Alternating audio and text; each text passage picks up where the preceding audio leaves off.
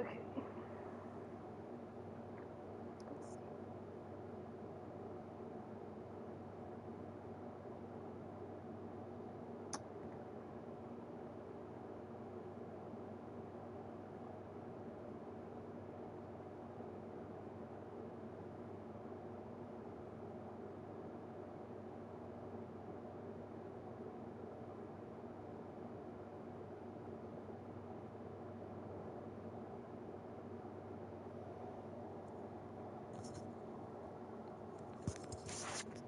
Do we have sound?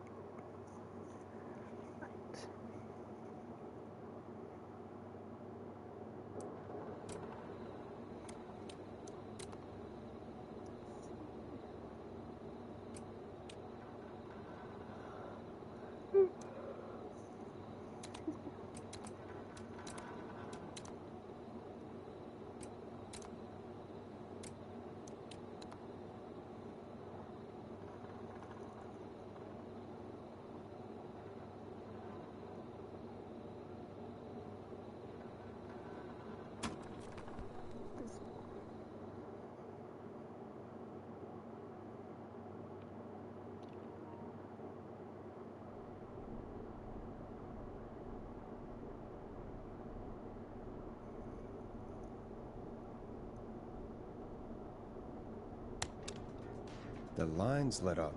I need to take the call.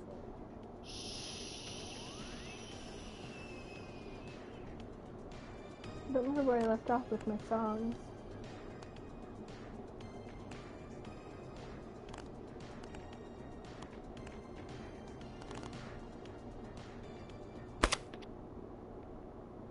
Caller waiting, Forrest.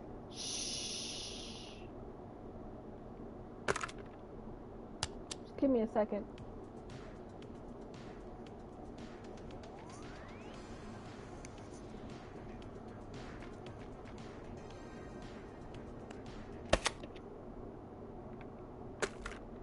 Hit the button. We have a caller. Give me a darn second. I'm trying to make sure I've played everyone. I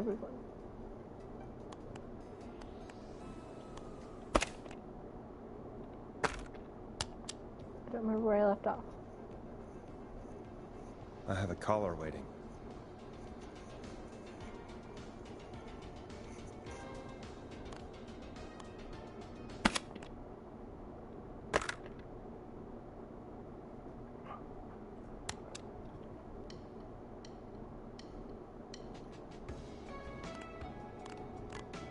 Call waiting. Better take it. They might need our help.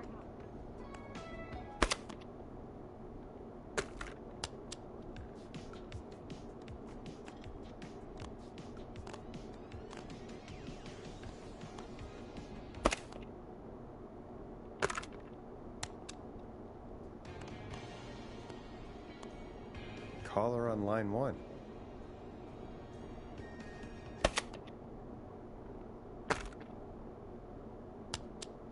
Those poor kids. Give me a second.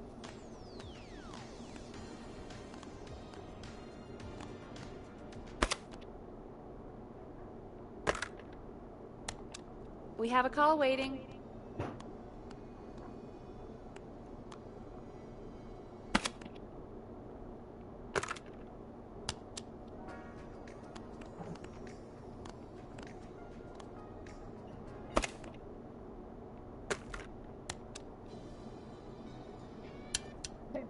I suppose I should take this call.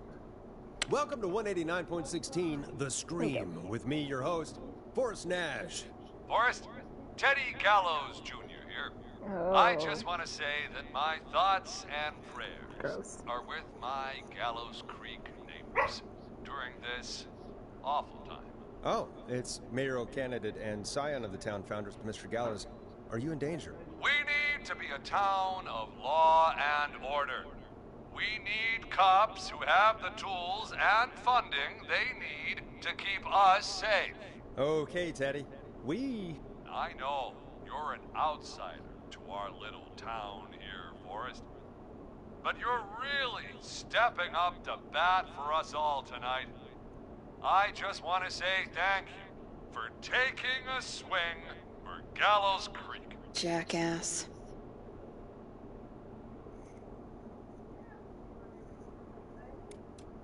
I want to make sure I get this out on air to all of Gallows Creek.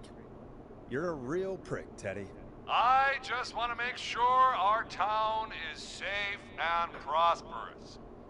That's why the Gallows Family Factory, founded by my father, Theodore C. Gallows, God rest his soul, which employs over 200... Teddy, unless you've got an emergency, I'm cutting you off.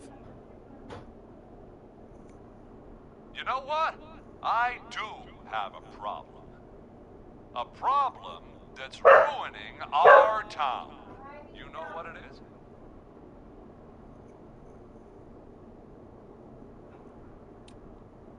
Yeah, how about the goddamn serial killer? The problem is that woman, our current mayor, Linda Cartwright. Oh, here we go. She just isn't one of us. Linda Cartwright is un-American, unstable, and... You're not better than anyone, Teddy. Just because you inherited half the town. Your producer sounds a little unstable, too. Don't you dare speak to me that way.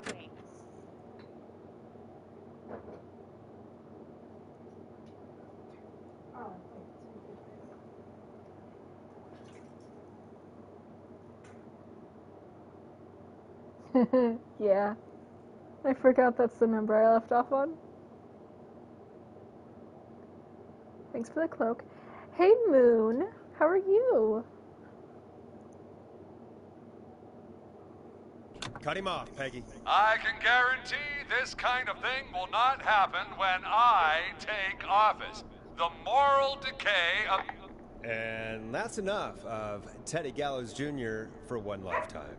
I always feel disgusting after hearing him talk. Just play an ad for us? I need a minute. We'll be right back after these messages.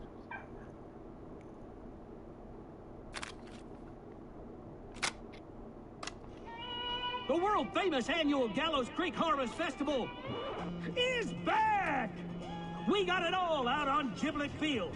We got the Little Miss Harvest Pageant, Princess Harvest Pageant, right? Harvest Queen Pageant, Cotton Candy, Corn The Dogs, soundtrack? Cornhole, Corn on the Cob, Crokinole, Country Music, Can Jam, Jams, Jellies, Jamborees, Juggling, Roller Rickies, Roller Disco Lessons. Pray. We did I've seen a few playthroughs of it before this year, but we did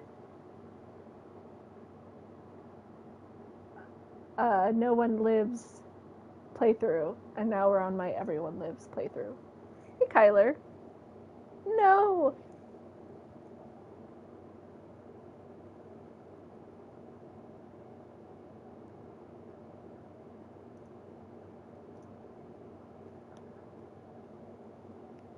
Yeah, because I want the platinum. So you have to take everyone out. Feeling okay. I'm really glad it's finally cooling down here. Kyler, so you gifted her a sub, but you didn't sub yourself, sir?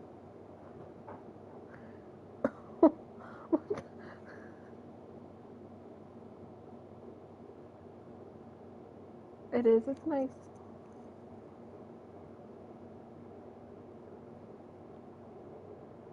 Yeah, exactly. He gives everyone else subs, but not himself.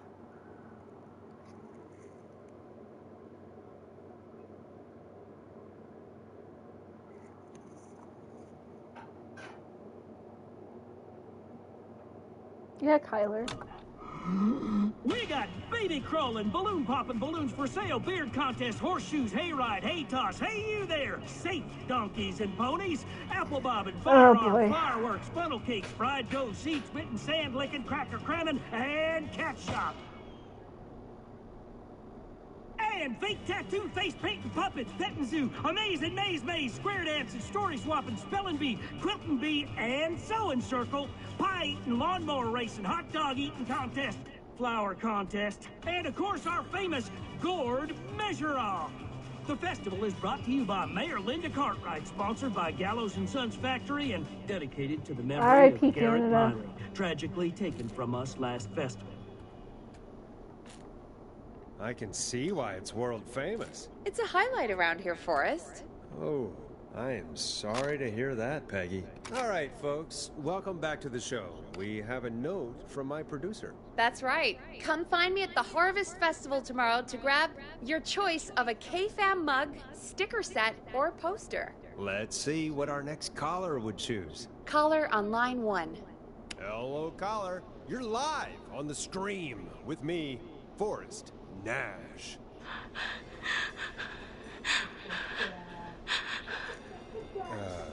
Hello, caller. Who is this?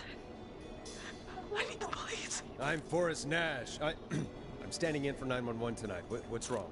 There's a guy hunting me and my friends. I think he's killed some of them already. Until 8. Should be home by 7:30.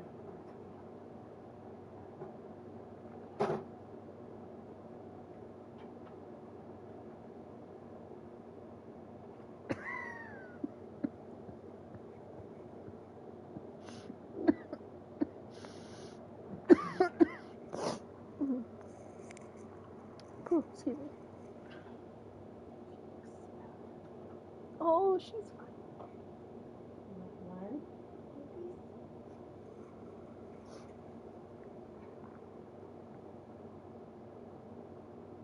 Yeah, just a tickle in my throat. Thank you for the biddies. I appreciate it. I feel that. I'm also too poor to give subs. That's him. He's just outside. I can see him from up here. God damn it. She's just a kid. Where are you? Are you somewhere safe? Oh my god. Oh my god. Stay with me, kid. Focus. Kyla, you just gifted a sub. Yes, you can. Focus. Tell me, what's your name?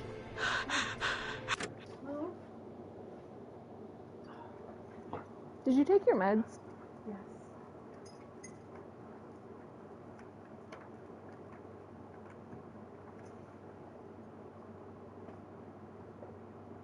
Stay down. Can you turn the light on outside for me?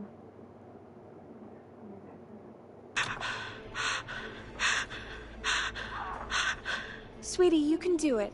What's your name? Carrie. Good, good. Carrie, listen to me. I'll We're gonna never get you out of understand there, pranks all like right? this. Now, where are you? The old murder house. Upstairs. I'm at the end of a hall. There's a bathroom, a couple bedrooms, a closet. Oh, he's coming. Where should I go? Go to the closet. Okay, I'll... Yeah, Tyler. He's here. He's here. He's gonna kill me. Forrest, I don't think we can... Don't move!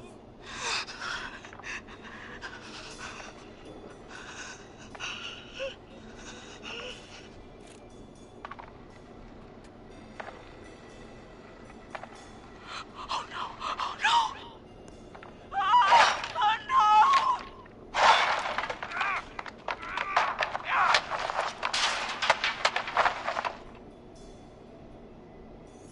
Forrest!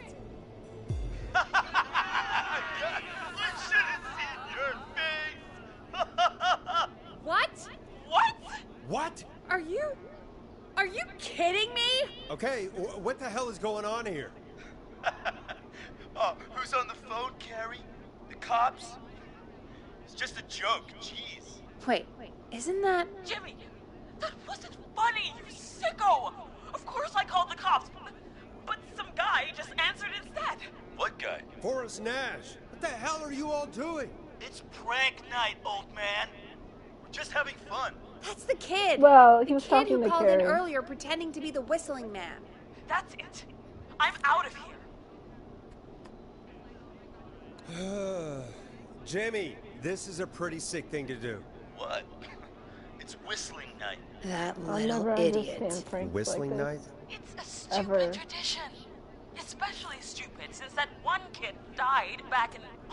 Would you take off that stupid mask if it's hard to breathe? Who's under there anyway?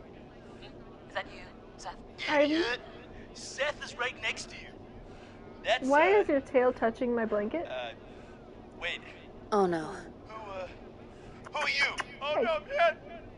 Thank you. R.I.P. Jimmy. Everyone, get inside! Everyone, run! You two, barricade the door. Scott, Heather, you barricade the back.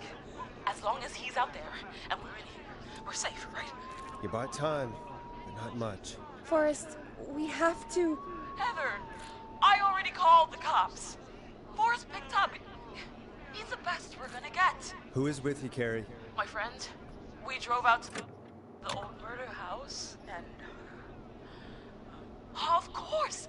The van! Who's got the keys? Jimmy had them. Jimmy. R.I.P. Jimmy.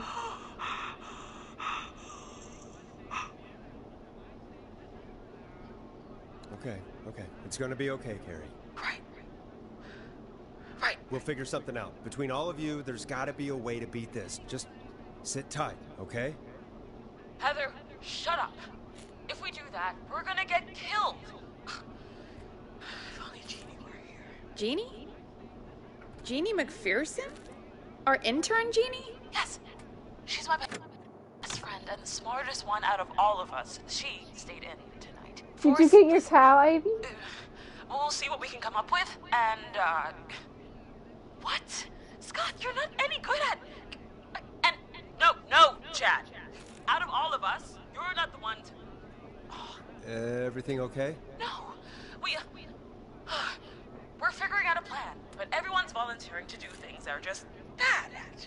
I think we can figure out what to do, but I don't think we can agree on who should do what. I think you'll have to be the tiebreaker, or else these idiots are gonna get us killed. But Shut up, you... Ugh. Forrest, I'll call you back. But I don't know anything about your friends. These damn kids never learn. Breathe, Peggy. It's okay. They do this kind of thing every year, Forrest. People get hurt. All right, folks. We're gonna work out a way to save Carrie and her friends. This next one goes out to all the trapped kids out there. You're gonna love this next track. Peggy, you mentioned something about their friend working here? An intern? Yeah, Jeannie. Seems a nice enough girl, but a bit head in the clouds, you know? Not sure why we took on an intern. We really didn't have the office space for one. Ma'am, I am Poor busy. thing got tucked away in a dark corner somewhere downstairs, I heard. All right. Play by I'll go yourself, see if I can please. find her desk. Hopefully she has something we can use. Ivy, why do Peggy you always said want her to play desk when is I'm playing? downstairs.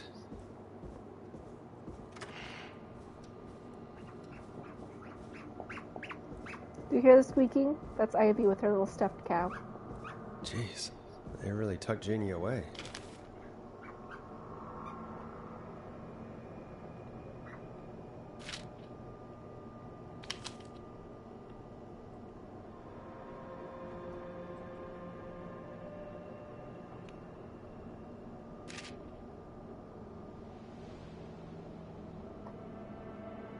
Friendship quiz. This might work.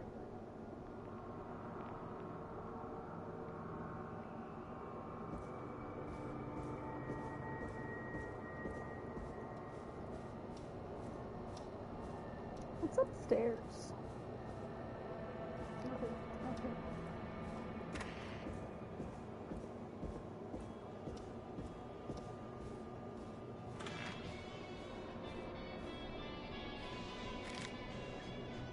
Hey, you find anything that'll help us out? Yeah, I found a friendship quiz with all these kids on it. If you think that'll help, then Good enough. Carrie's on line 1. Whenever you're ready.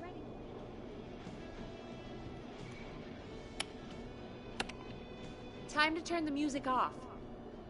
This is Forrest Nash, back again with an unlucky caller on this unlucky night. Carrie, are you there? Yes, we've got a plan, but we can't agree on who should do what. You want me to be the tiebreaker? Exactly. I'm ready. What's the first step? Okay, first things first, we'll need a spotter. Someone who can keep an eye on the killer. We'll need someone on the roof. It's gonna be a hard climb. We're deciding between Heather, Kyle, and Hot David.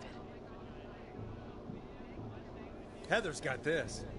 Yes, Heather, he picked you. Now please, stop talking about all your cheerleading trophies. Part 2. The Whistling Man padlocked the gate back to the road. Before we drive out of here, we need someone to pick the lock. Seth, Jennifer, and Scott all want to do it. Most likely to end up in prison is Seth. Most likely to escape prison is Jennifer. Jesus, Jennifer, you carry a bump key? Why didn't you say so earlier? Anyway, that brings us to part 3. Getting the van keys. I'll volunteer for this.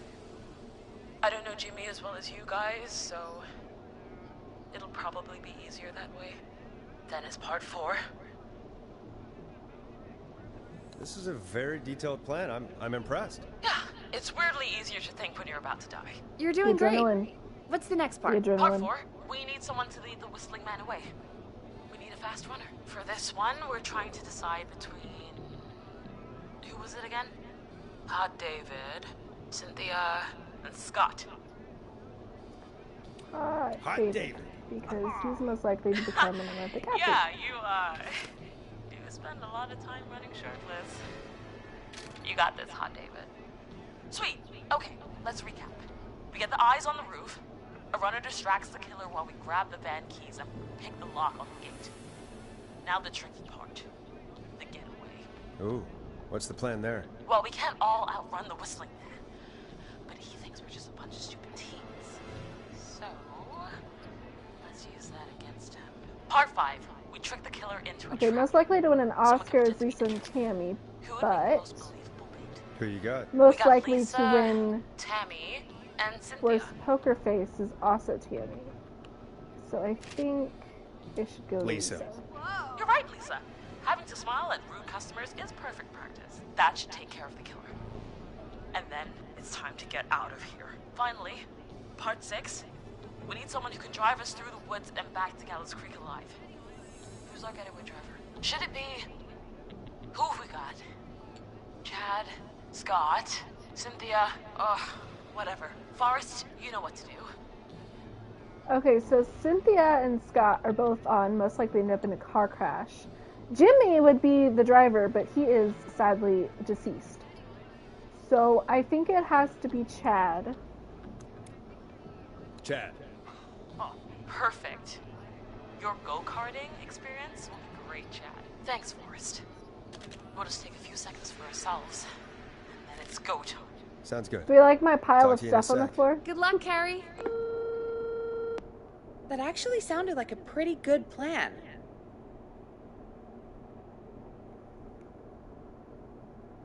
Impressive as hell, right? Damn straight.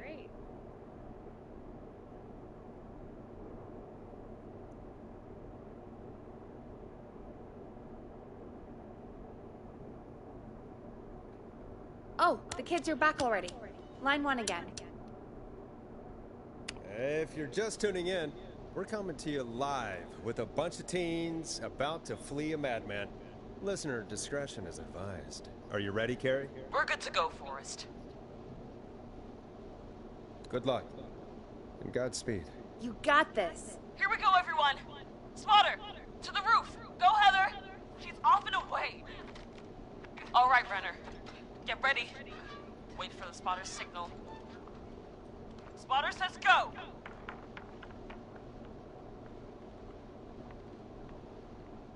He took the bait. Lockpicker, go. I'll get the keys off Jimmy.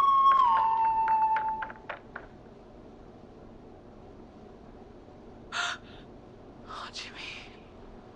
Oh, his face is... The keys, Carrie. You need to get the van keys. His face lying next to him, Forrest. He got cut. Oh, God. Focus. Breathe. Right. The van keys. We got him. It's Jennifer got the gate unlocked. And Hot David should be back any second. Perfect. It's working. I can't believe it's actually working. You're doing great. Focus. You got this. We got this. Next step, trap the killer. All right. Wait. Get into position. Everybody else, hide.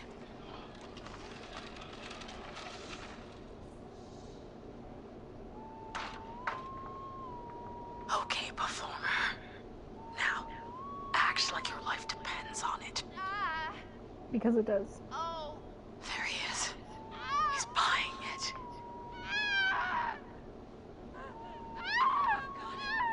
Now! Push the bookshelf over!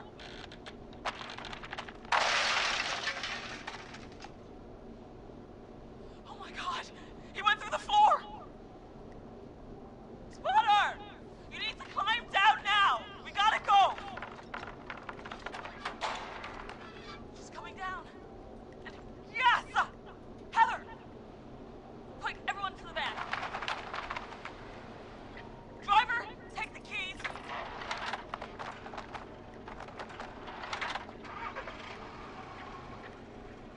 The damn gate swung shut.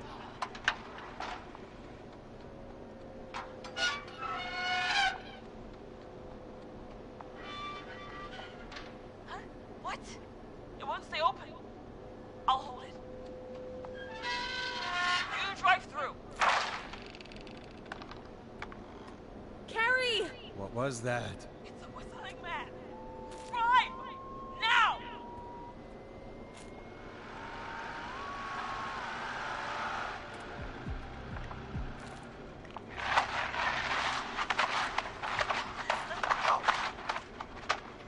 Let me go! Let me go! Just drive! Oh my God. Please, no! No!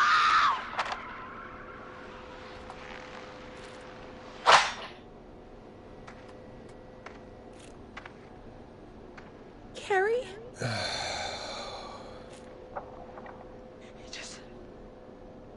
He just stared at me. Carrie! Carrie? Just stared at me. And walked into the woods. I don't understand. Because you weren't in on the prank. God, you're okay. Can you get somewhere safe?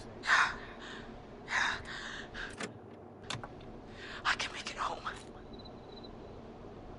Thank you both for helping. If you hadn't, It was your plan, Carrie, and it was a great plan.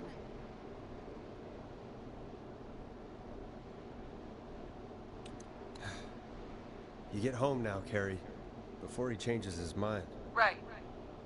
I need to get home. Breathe, Carrie. You're okay now. I'll call you when I'm somewhere safe. Talk to you then. Folks, that was a lot. Our thoughts go out to Jimmy's parents in this awful time. For any kids listening in, please stay inside and stay safe. And parents, hug your kids extra tight tonight. Here's a song for the girl walking home in the dark.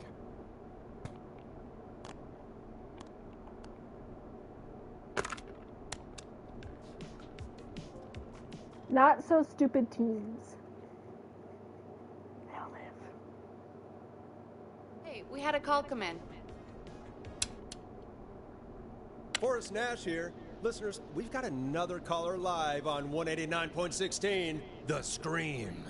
What's on your mind, caller? Hey, Forrest. I just wanted to phone in and say that I think I speak for everyone when I say that you're providing a real service for Gallows Creek tonight. It's cool what you're doing, man. Well, I'm just doing my job, friend. Anyway, tell me about yourself. What's your name? Are you keeping safe tonight? Yeah, man, I'm good, thanks. I'm at my roller rink, trying to get everything ready for the Harvest Festival tomorrow. I had a guy from Starling Security here earlier installing the Starling 4000 system. so I'm a little behind. As for my name, my friends call me Roller Ricky, and I now consider you a friend, my man. We're friends now, huh? Well, that's kind of you to say. Thanks. Yeah, man. Sounds like roller skating is more than just a job to you. So is this vocational? I wasn't always Roller Ricky. Once upon a time, believe it or not, I used to go by just Ricky.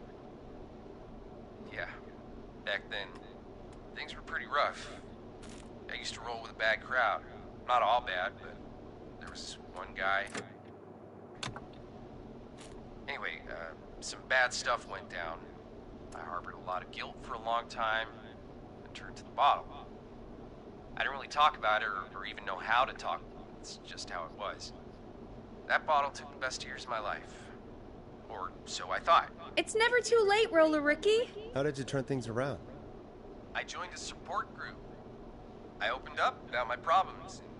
Sharing that burden just took so much weight off. It's a long story from there, but I found roller disco. I learned how to have fun again, cutting loose and making shapes. Now whenever I get down, I get down. I'm finally free from it all, man. It's important just to talk to somebody. That's the first step. Ain't that right, Max? Aw, hello, Max. Well, he certainly sounds like a good boy. Max is my emotional support dog. He's a rescue dog, but I always say he's the one that rescued me. He's the best dog a guy could ask for. Of course, the first thing I did was teach him how to skate. He's better than me now, a real pro. Max, you want to learn how to skate, yeah, Ivy? Man. At first they said it couldn't be done, and then they said it shouldn't be done. Maxie loves the rink, man. Is that another train, Maxie? Maxie loves trains, man. He's even got that special how to greet them. Thanks for the alert, Kyler. Maxie sounds like a really special boy. Maxie appreciates all the positivity you're throwing out, my man. You know, I'm actually hosting free skating lessons tomorrow at the festival. I think it's a great opportunity to give back to the community. Man, all this talk of skating's got me itching for a boogie. Before I switch my radio off for the night, could I request a song for us? Something I can groove to, you know, something funky. It'll be me and Maxie's final boogie breakdown tonight. Then I think we'll take it down a level. I can do that. Thanks again for calling.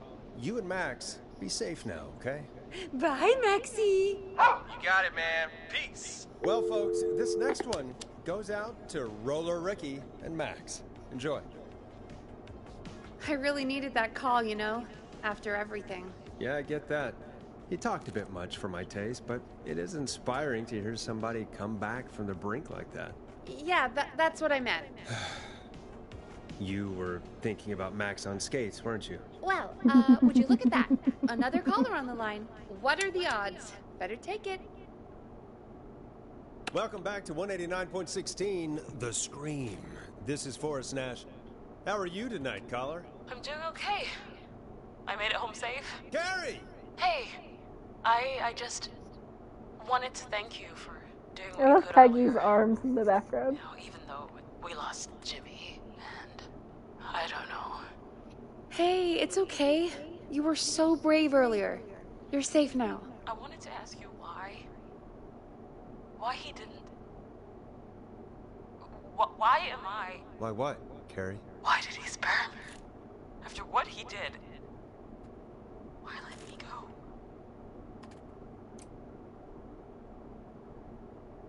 Maybe he only wanted to hurt the pranksters. Maybe. Did he just think everyone was making fun of him? Did he always hate these hazing rituals? I mean, if he did, why wait all these years to... Why do this now? These stupid hazing nights have to stop. Carrie, you did so well tonight. Stay safe and rest. Help is coming to Gallows Creek. We just need to hold on. Thanks, Peggy. Hey, Forrest? Could I request a song? Of course, Carrie. What song? Any song by Blast Processor. And thank you. This next one goes out to Carrie.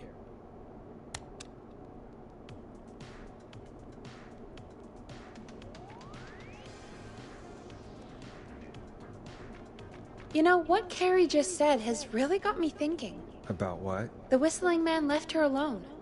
Why? There must be a reason. When it comes to masked whistling killers, I don't think a reason is a key part of their process. Well, it's something to consider. I need to take a break. If you want to stretch your legs, now's the time. Just hit the Peggy button when you want to get back on air.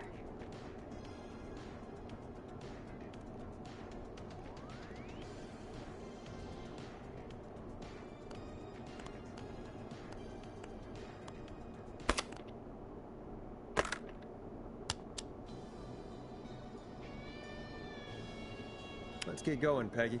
Alrighty, we could run another segment or... Scratch that, Forrest. We have a caller. You're through to 189.16, The Scream. What's your emergency? Hello again, Forrest.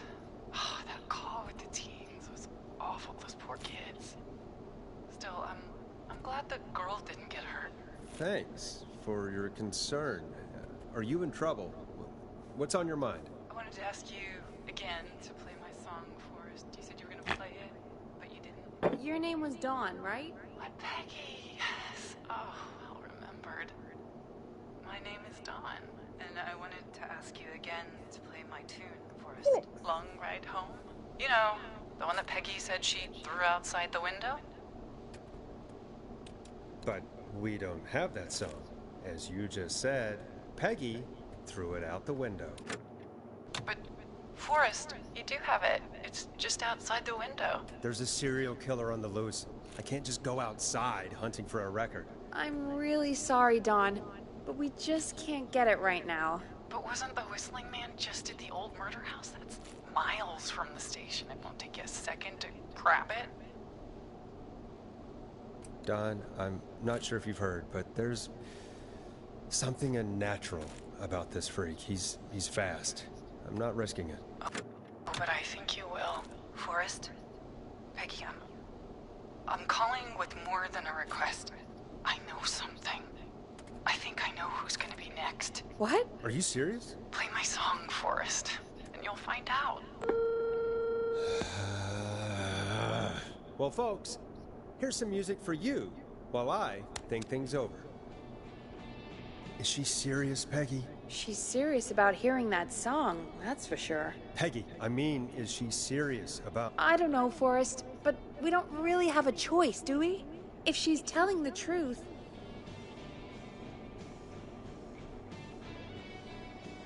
I don't care. I don't want to go out there. Forrest, someone might be in danger. And despite your being so damn curmudgeonly, I think you... Stop it, Peggy. Just... I'll go. You're a good man, Forrest. I'll slide you the key to the fire door. Wait. Our fire door has to be unlocked? Yeah, it... You know, I never thought about it, but yeah. We should talk to Reggie about that later. Anyway, I'll hold the fort down while you're out. Maybe I'll even get a caller. That could be exciting. 189.16, The Screw. With me, Peggy.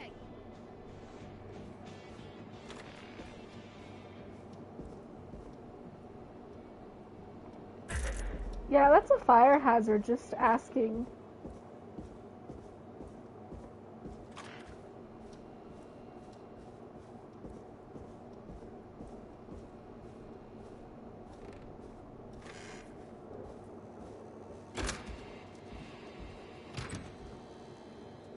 You know, I hope she'll be happy when I'm brutally murdered by the Whistling Man.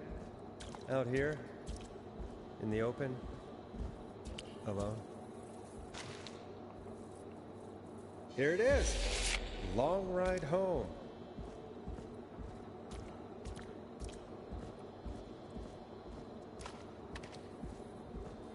Of course, it locks behind me. And of course the key doesn't work on this side. Fantastic. Maybe there's another way back in through the basement. A door, elevator, or something.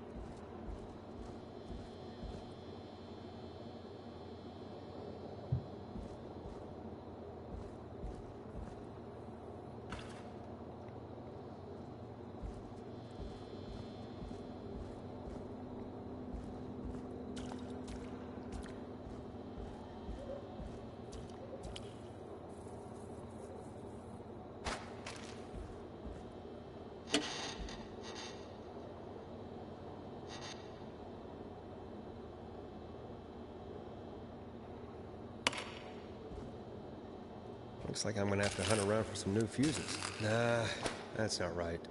Do the fuses add up properly?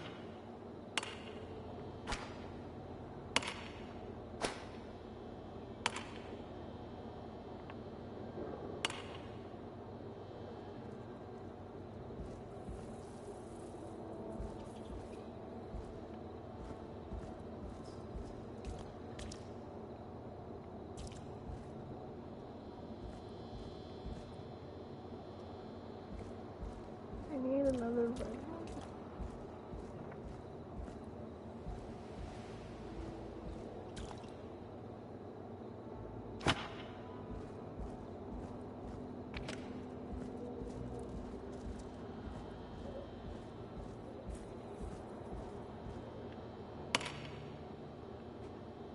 Bingo!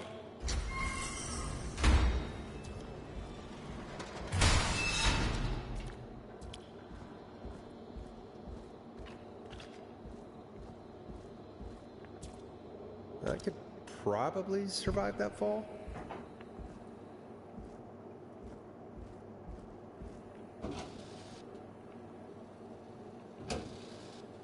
Looks like the janitor's closet.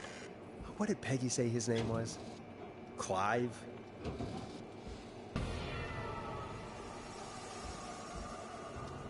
Huh. There's a key. I'll just take that. Might be important. What the hell? Peggy is not gonna believe this.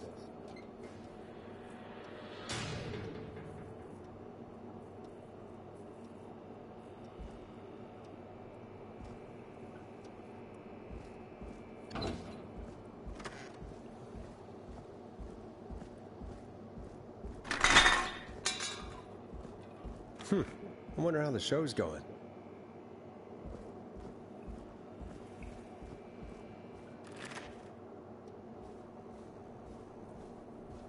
First, though, we must put the head in the fridge for some reason. Who like came up with that trophy? Who's like, yes, this will be a great trophy? Fridge horror. Oh, there's a record down there, too. I don't remember where, though.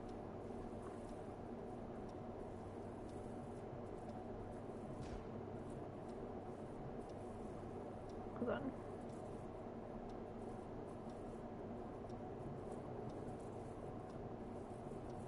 Found... Okay, it's in the maze, so I can't get to it yet.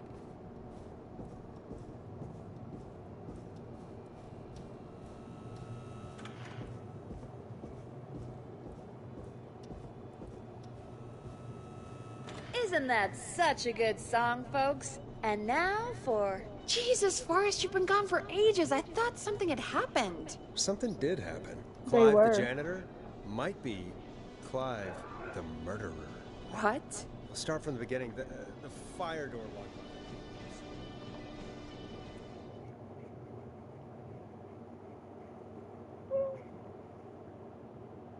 Why did you heave that thing all the way up here? Because the basement's creepy as hell, and I don't like standing around down there. Fair. All right, let's run through this again. We have a creepy board you found in a creepy basement, made by our creepy janitor, who you think is the creepy whistling man. Yep. And on the creepy board are the names Chuck Brody, Kim Walker, Rebecca Allen, and Aunt Williams. Correct. And you think one of these people will be the whistling man's, Clive's, next target. That's right. And we've got to find them. You said there are 4 locations listed there too. The hospital, the power station, the gas station, and the trailer park. Clive must think the target is at one of those locations. Forrest, you're gonna have to figure out if any of the potential targets are at one of these locations tonight. Hit the button if you need any help. Okay. Gallows Creek High School, class of 69. Nice. Keith Walker, Science Club. Marie Campbell, Drama and Theater Club. Stanley King, Creative Writing Club. Kim Walker, Improv Club. Rebecca Allen, Car Club. Aunt Williams, Car Club. Billy Price, World Food Club. Chuck Brody, Athletics Club. And then we got the names. 1972 Gallows Reporter, Monday, September 18th, 1972. Festival of Disaster. Big wheel breaks free, 15 injured. Who is to blame? Gallows Creek Harvest Festival closed early this year after tragedy struck only hours after opening. The big wheel broke free from its supports and rolled through town. An investigation is currently underway. More on page 12. Food for thought. Local Dr. Kay Walker recommends all locals get their flu shot ASAP. Flu season is upon us. 84 is no different to any other year. Make sure you are protected. And myself, 1969 has been a great year so far. Staff surge at Power Station. Gallows Creek Power Station hires 20 new staff in record hire, 12 of which were students from Gallows Creek High. Call for donations to help Chuck Brody. Former Gallows High football captain Chuck Brody suffered a career-ending injury as a victim of the festival disaster late last year. To help him on his road to recovery, we are buying him lottery tickets. Hopefully he will get lucky and can get back on his feet. Pun not intended. Drop tickets in the bucket below. Thanks.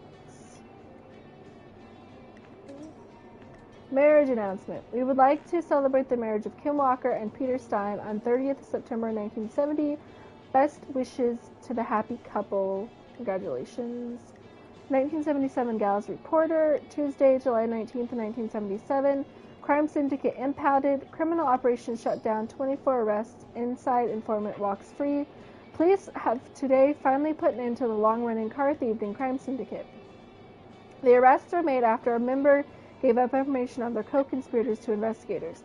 The informant, who asked to remain anonymous and will hereafter be referred to as R.A., has walked free with no charges. More on page 13.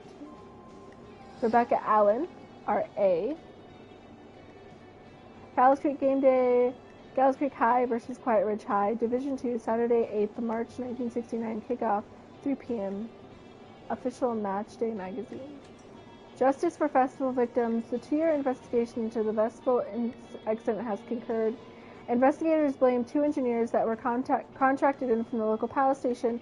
Lead engineer Ant Williams and junior engineer Sean Everett were distracted talking about horror movies while assembling the big wheel, which led to various construction mistakes. They have been ordered to do commanding series for a total. Gallows Creek Real Estate, Saturday, March 22nd, 1986. Trailer for sale cheap. Sale price $10,000. Contact Tyler Wallace. I'm sick of being a local celebrity. People are so mean to me. I only stole a few cars. Who cares? Buy a new one. I'm selling my trailer and leaving town ASAP. I just want to get out of here. Please buy it. 1977 Gallows Reporter, Thursday, May 12th, 1977. Beep beep. Look out. Tragedy. 5 dead, 16 injured after brakes fail on bus.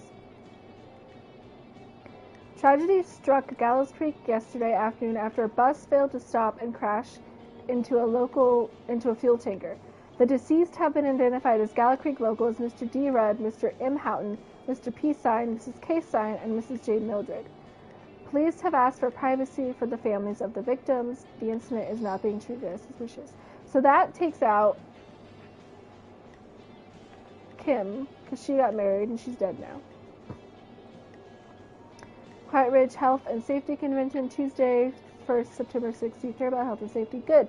Then come on down to the yearly convention, featuring special mystery guests, the lead engineer responsible for the Gallows Creek Harvest Festival disaster in 1972.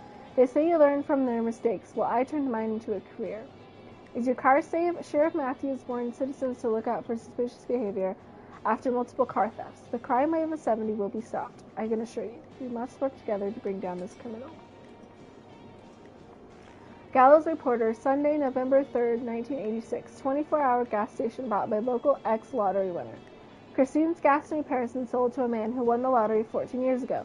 The new owner claims it'll keep me busy on an evening. He has asked to remain anonymous. Diary of a car theft. Police informant tell all book on so now $2 off with his people.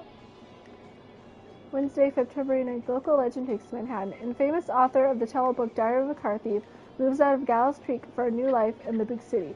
She stole our cars, and then she stole our time and money, said a reviewer Tim Randy last year. More on page 15. So, Kim's dead, Rebecca Allen has left, and Aunt is at a convention. So that just leaves Chuck at his How's it going? gas station. I'm ready, Peggy. Are you sure? We've only got one shot at this. I'm sure. Let's do this. Okay, name first. Who do you think the target is? Chuck Brody. And where will I find them? The gas station. Okay, I'm dialing. One moment.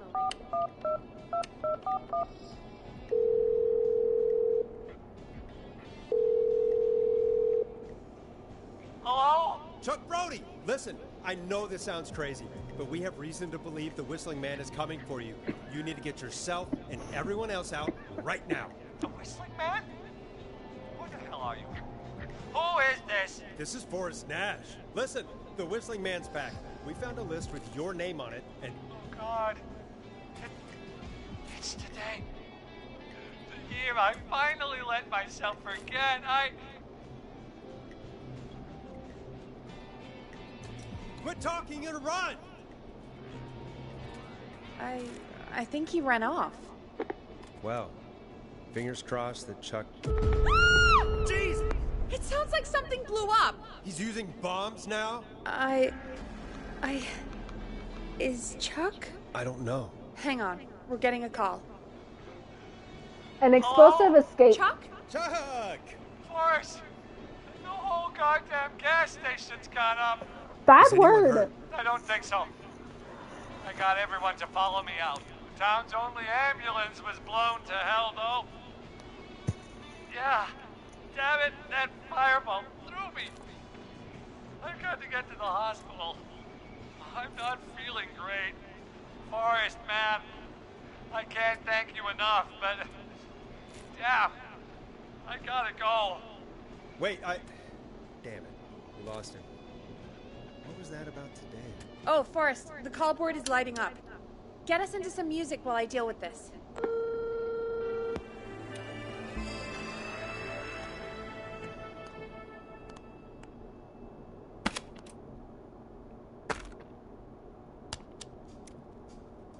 Here's some music while we regroup here on KFAM 189.16, The Stream.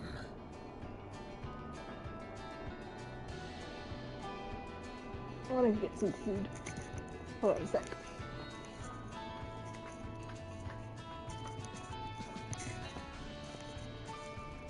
There's gotta be more in the basement to show us who Clive is targeting. And if that's the case, we can get ahead of him.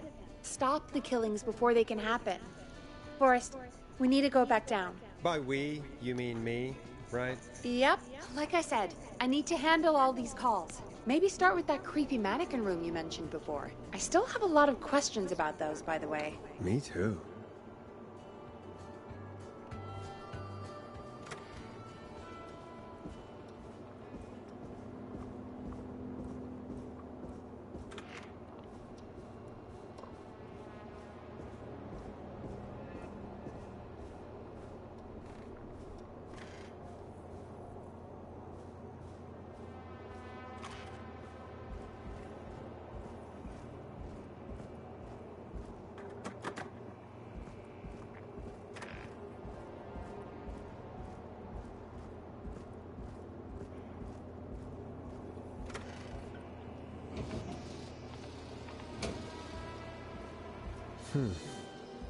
A key?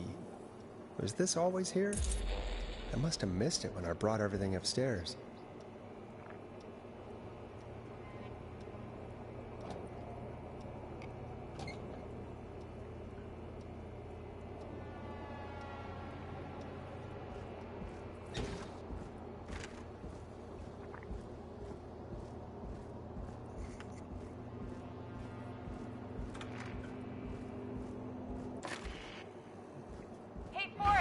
Peggy, give me some warning before yelling down the intercom?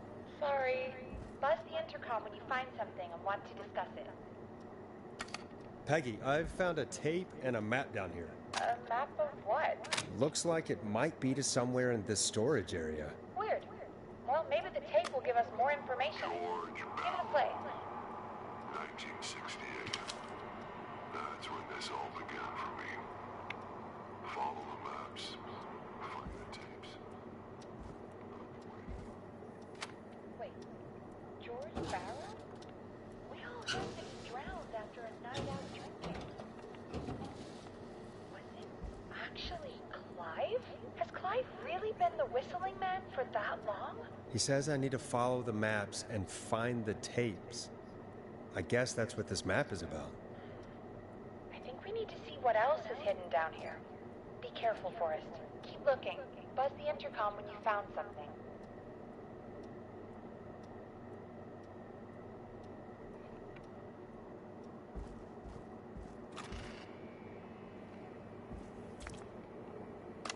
Time of autopsy is 7 a.m. Cause of death is asphyxiation from drowning. The degree of rigor mortis indicates that the subject has been deceased for 5 hours. That puts the time of death...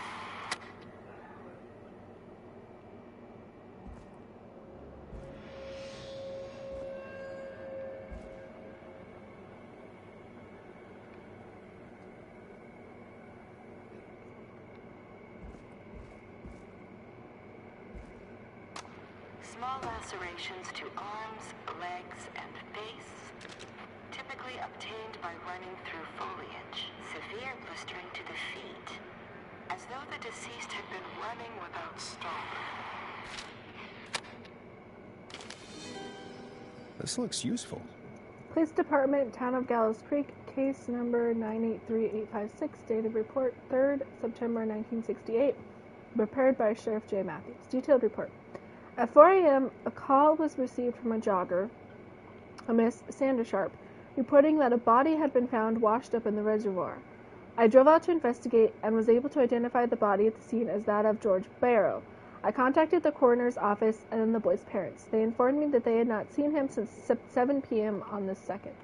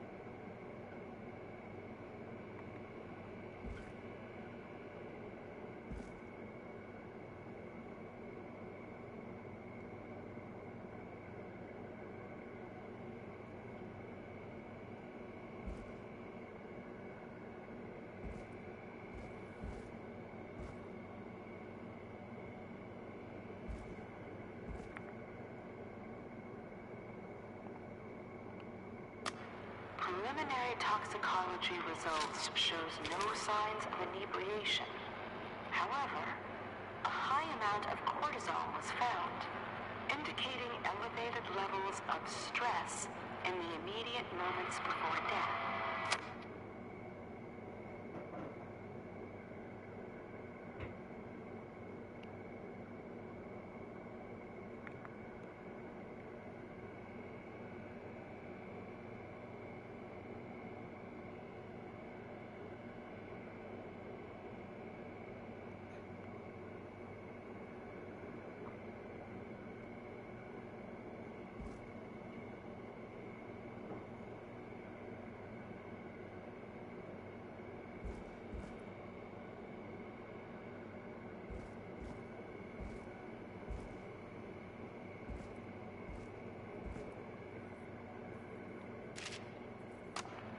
Additionally, there appears to be a post-mortem injury to the arm.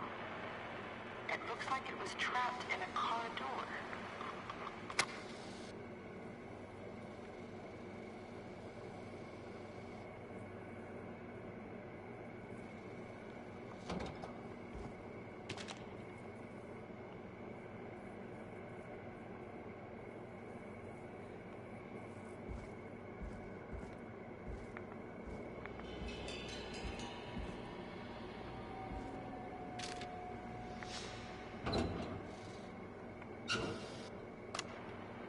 the coroner's opinion that the subject likely feared for his life and Now was this chased, has to be important. resulting in a fall from a height into a body of water where he hit his head, was knocked out, and drowned. Following that, he was moved.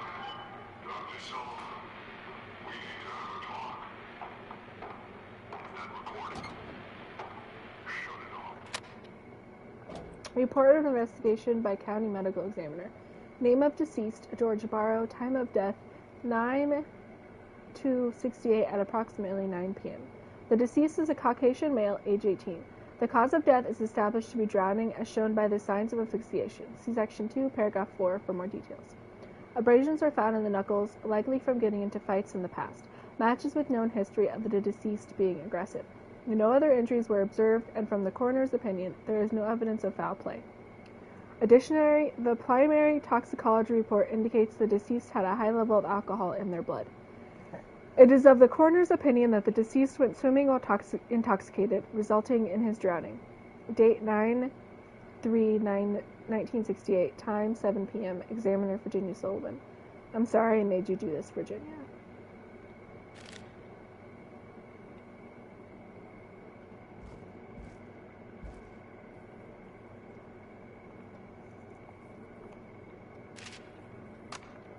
If you're listening to this, then I'm probably dead. Ooh, a new vinyl for my collection. Complete Wow. discography. I've got subscriptions to newspapers all over the country. A few weeks ago, I noticed headlines cropping up in those papers, one after the other. Each headline about a murder. Each murder, the death of someone I knew almost 20 years ago. And each one drawing closer to Gallows Creek. Drawing closer to the anniversary. None of us are innocent, but I don't think we deserve killing. All I hope now is that I can save some folk from the worst. I can. I don't know. Do something to make up for what I did back then, I guess. I didn't kill anyone, mind you, but that's past mattering. Now, there's more I could say, that I should say, but my employer made it clear that my family would pay a high price if I ever spoke out. So, hopefully I've said enough for you, listener, whoever the hell you are, to start putting the truth together. Gallows Creek High presents Humpty Dumpty, a story of love, tragedy, and What the betrayal. hell? Peggy is not going to believe this. Starring Maisie Cartwright as Dawn, George Barrow as Henry, also with Marie Campbell as Annie.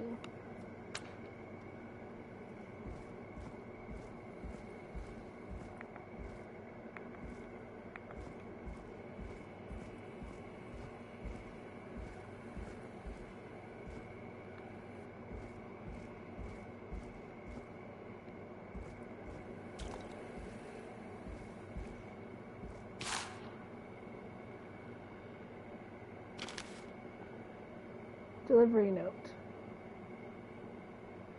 Lid unable to install. Ah, see the Woodside Apartments, unable to install. Opted for a manual.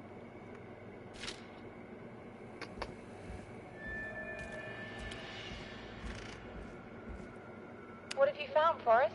It's an autopsy tape. Doesn't say for who, but I think it must be for George. Poor George. He was so young. Something's bugging me, Peggy. What do you mean? I swear I recognize the voice of the woman talking on the tape. I just can't place it. Seriously? Do you think you've met her before? I don't know. I mean, I just got here recently. I don't know. Found another tape. It talks more about how George died. What did it say? It sounds like he was running for his life. Sprinting through trees and bushes, getting cut up all over. What would drive someone to do that? I'm not sure yet. There's also a tape about a toxicology report. There were no signs of drinking or that he was on anything. What? But everyone said he went swimming drunk and drowned. It was in the newspaper and everything. I found a written autopsy report. What does it say? According to that, it's just like you said at the start. George drowned after getting drunk. Said he liked to fight, too. But that contradicts the tape. I know. And I think I know why. There's a note with the report that says, "I'm sorry I made you do this, Virginia." If it was on the autopsy report, then Virginia must be our coroner. Wait, the caller from earlier, when we had to call the takeout restaurant, wasn't her name Virginia? We need to call her back once we finish down here. It looks like she might know something about what's going on. I found a tape that introduces a new detail to the story. Post-mortem injury. Apparently, his arm got caught in a car door. A car door? Yeah, after he died. How do you suppose they can tell? How can they tell? I'm a radio producer, not a coroner. The written report I found doesn't mention it at all. How did his arm get trapped in a car door after he died? Unless he got it when the police collected his body, I guess someone else must have moved him after he was dead to where he was eventually found. But the report, what is going on here? I found a police report. Mentions a friend from earlier, Sandra Sharp. Sandra. The jazz runner? That's right. She found George's body washed up at the reservoir. The reservoir? Yeah? What's strange about that? George got cuts from running through foliage, right? But there's no forest around there. Also, how did it wash up at the reservoir? What do you mean? Reservoirs don't have tides. But that's what the police report said. It's not possible, though. I did a school project on reservoirs and got an A. But, yeah, not important right now. The important thing is that it doesn't make sense. What are you suggesting, then? That the body was originally found somewhere other than what the report suggests? That the sheriff tried to cover it up, but accidentally let something slip?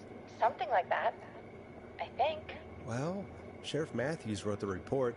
If he hadn't been eviscerated, we could have asked him. True. But Sandra is still alive? Once we're done down here, we should give her a call. In another tape, the coroner comes to the same conclusion as I did. George was running from something. Maybe an animal?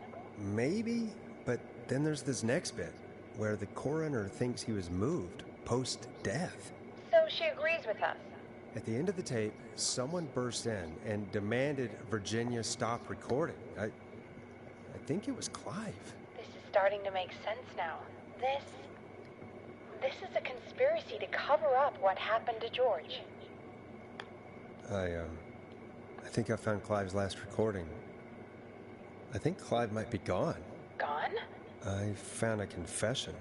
Not for any killings, but for playing a part in covering up George's death. He left this behind in case he died. He hoped someone would find it. Do you think the Whistling Man already got him? Possibly. That's We've who had died a at lot the of beginning. callers tonight, but maybe not every victim made it to the phone, you know? We don't know how many there really are. Christ, Forrest, that's dark. I know, but Clive said he had read about other murders in other towns, and that the murders were all folks who knew about the incident. And the killings were getting closer to Gallows Creek. He said he wanted to do something good for once. The board in his office. Shoe off. He wasn't tracking people down to kill them. He was tracking them down to save them. Ugh, why didn't he just come out with all of this? He said his employer threatened his family if he spoke out about any of it. His employer? The one who orchestrated the cover-up? Oh, Clive. I'm sorry for thinking you'd killed all those people. Do you think you found everything? I think so.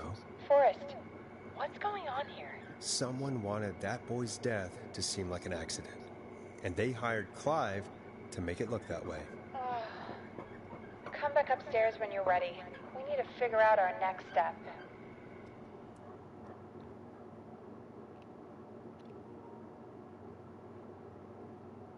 Thank God you're back, Forrest. I've been running out of stuff to pad our airtime with. Peggy, you work in radio. Forrest, I'm stressed. I mean, really, how are we supposed to keep a show going with all this happening?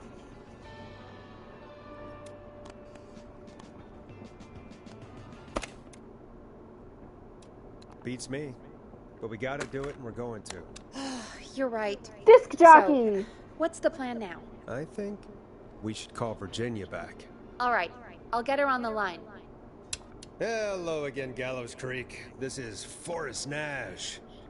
We're circling closer to the truth behind tonight's events. To this end, we're calling back one of our earlier callers, Virginia Sullivan.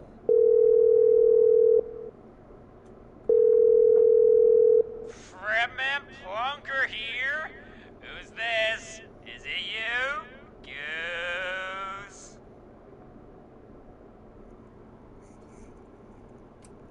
Plunker, hey, it's the Radio Man, Forrest Nash.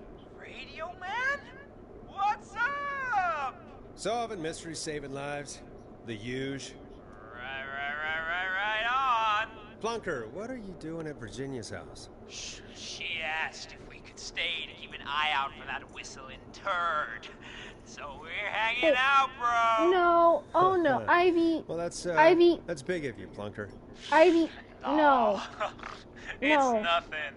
Go get your cow. Can no. I No. speak to Virginia? Sure thing, You've Radio successfully Man. murdered the I'll just go chicken. get her. You've successfully Hey, taken Virginia, out the it's chicken. Forrest. I'm glad you're still okay. Oh, Oh my gosh, no. Forrest. Sorry, I'm still jumpy. I can't blame you. I'd be jumpy too. I'm so Stop sorry it! this happened to you, Virginia. I thought I was. I thought... Easy. We're not calling to talk about earlier. We're calling because we think you can help us understand why this is happening tonight. Me? Ow! What would I know?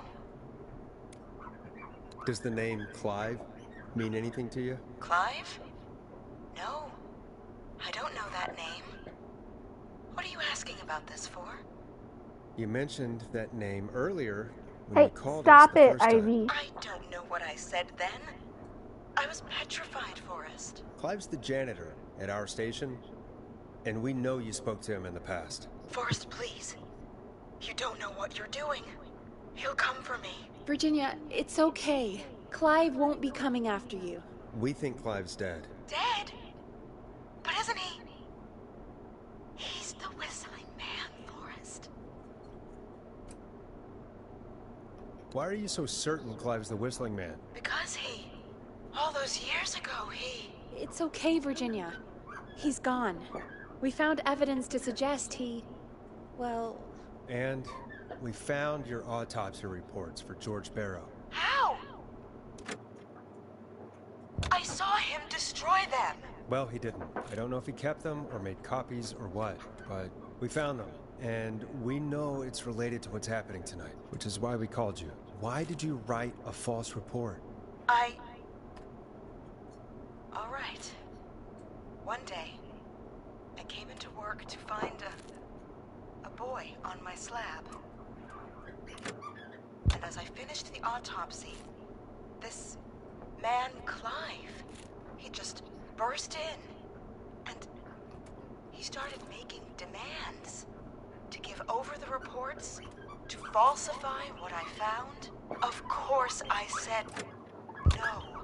But, well, when someone wants to make you do something, they can use the carrot or the stick. For me, he used both. You see, my sister is sick. She has a chronic condition that's never going away. It's expensive to treat, and it was getting to where I couldn't afford it. And Clive promised me that his employer would pay for my sister's treatment if I did what he said, and that if I ever spoke about this, he'd beat me to within an inch of my life. I don't know why he had me do it, but my sister needed me. You have to understand, she needed me. We understand. Thank you, Virginia. That was brave. God, I just want this nightmare to end. This will help end it, Virginia. Thank you. Stay safe, Virginia.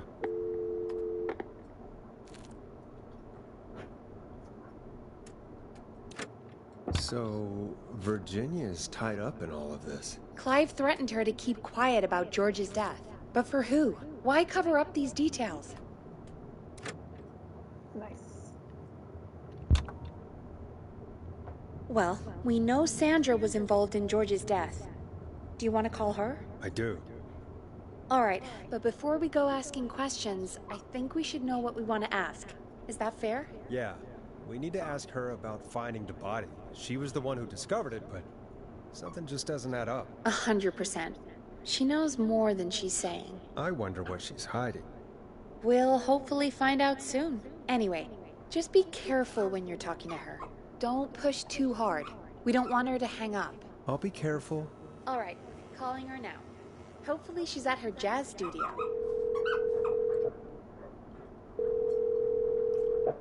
Aha! Forrest, you're through. Hello, this is Sandra at Jazz Pizzazz Jazz Studio. Who is this? Hello again, Sandra! It's Forrest Nash of 189.16, The Scream. And you're live on air. Oh, I always thought folks called into a radio show, not the other way around. How jazzy. What can I do for you? Well, we're trying to understand what's behind the attacks tonight.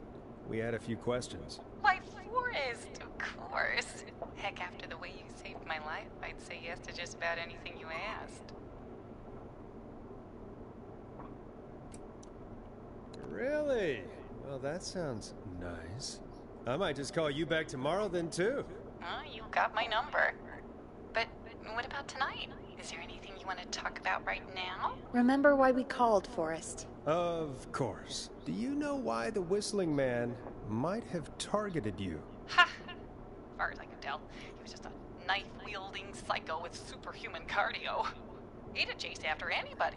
Right. Well, we think he might be chasing specific people. People who know about the death of a boy named George. Oh, I don't know anything about that. Sorry. Sandra, we know you found George's body. We have the police report. I don't know what you mean. It's okay, Sandra. We know. You do? You know about? Yes. Of course. This studio is my life. After I found the body in the river, I couldn't lose my studio. Do you understand? Sure.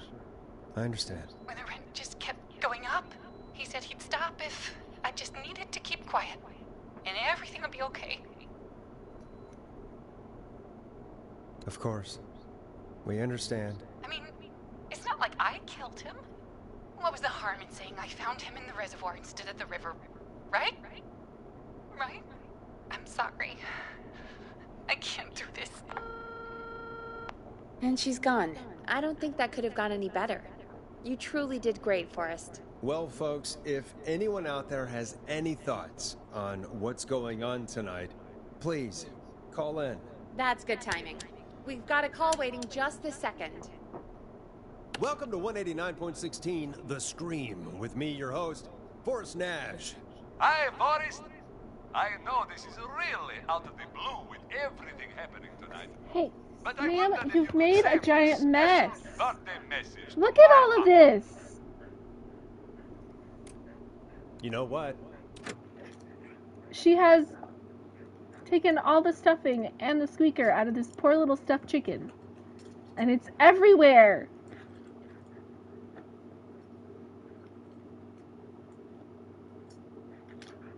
She's a...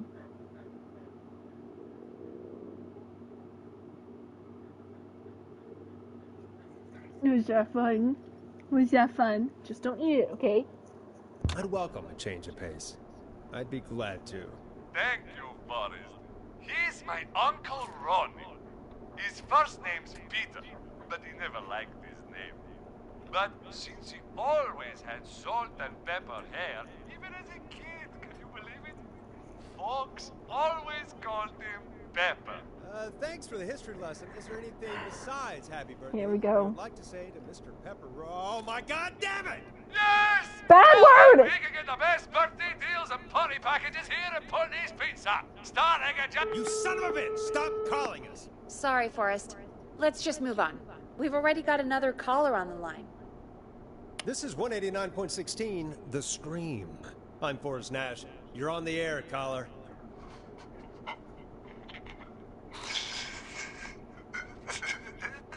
Caller.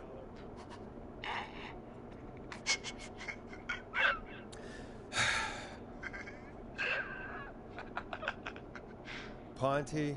Ponty's Pizza always delivers. Come rain or sleet or whistling man, we'll be there.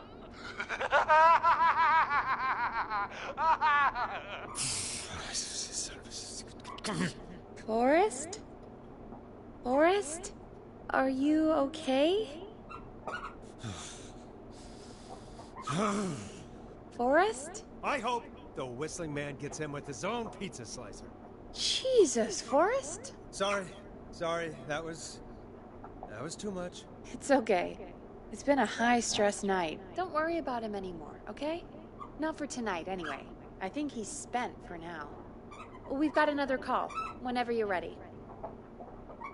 Folks, don't spend your money at Ponty's Pizza. That's all I'm gonna say about that.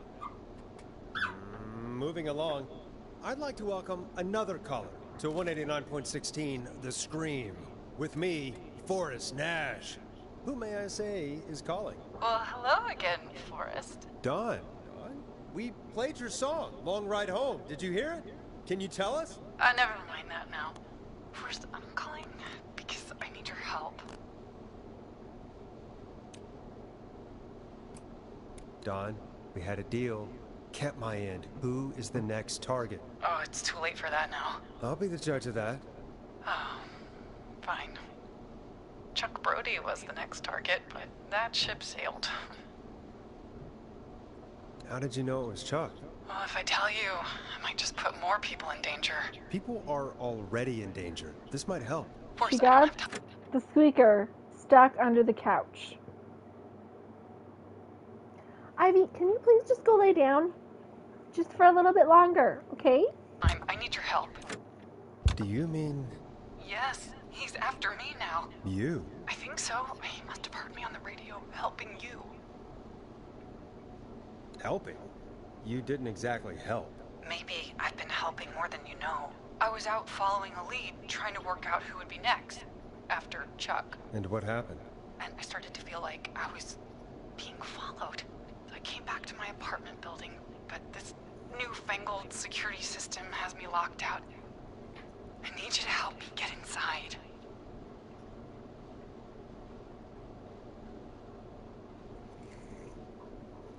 Can a neighbor let you in? I only moved in last week. I don't know anybody yet. There's not even a buzzer here, only the keypad for the entry code. I need that code to get inside. Which apartment block do you live in? Maybe one of our listeners lives there too. It's the new Woodside apartment building between the town hall and the trailer park, but I doubt any of your listeners live there. I don't have many neighbors. Sounds like a prime piece of real estate. The sound really carries at night. Shit. Max! Sounds like a noisy part of town. It is. Boy, I wish he'd muzzle that thing and... Oh. And now he's blasting David Scopo out of his window. This night can't get any... This little man. He's coming down the street. I don't think he's seen me yet. Forrest, please. I need your help. I need the code for that security system, or I'm gonna die. What's the name of the security system? There's a sticker on the box. It says Starling Security 4000. There's a keypad, and it looks like it wants a 6-digit number. Starling Security 4000, huh? That's right. Very newly installed. Hey, no, we're not gonna eat that. Drop it. Don't worry, Dawn. Thank you, Forrest. I knew I could count on you. I'll sit out of sight. Call me back soon. Ivy, I'm trying. I have a limited time to stream tonight, and you're messing it up.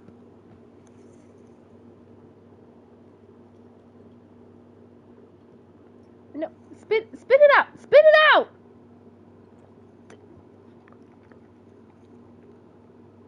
Hold on, I gotta clean this up, I guess. You can't eat bugs. That's not how it goes, ma'am.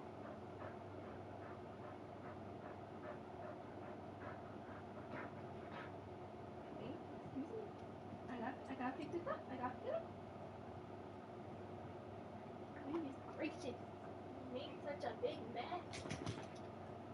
Such a big mess. Good. Good girl, dog.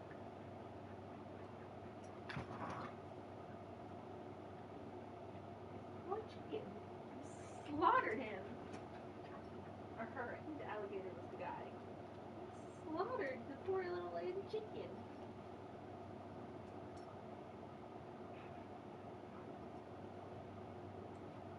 You know, it smells funky in here because all the blood. No! Don't pull it out of my head, Ivy!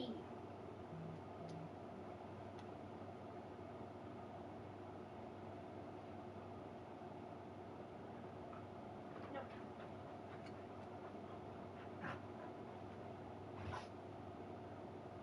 Okay.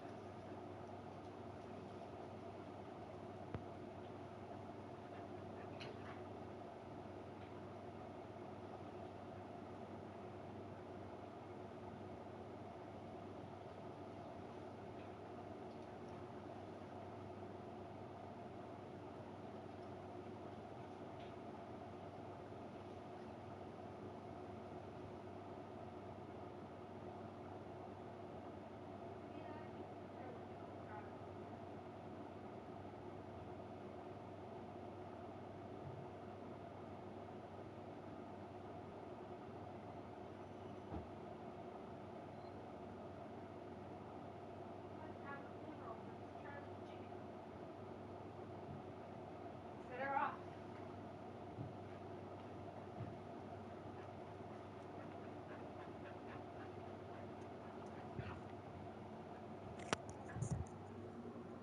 Okay, I'm back.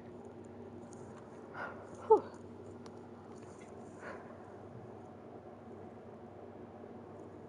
I have eaten something and I have drank water.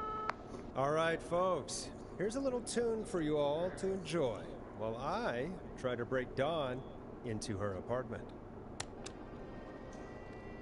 You were pretty quiet there, Peggy. Forrest, was it just me, or was there something... Yeah, it wasn't just you. Something was weird about that. Yeah. Well, tell you what, we have a Starling 4000, or whatever, here at K-Fam. Clive bought one for the station. Maybe we can find something to help. Well, I'm not sure who. But to help someone.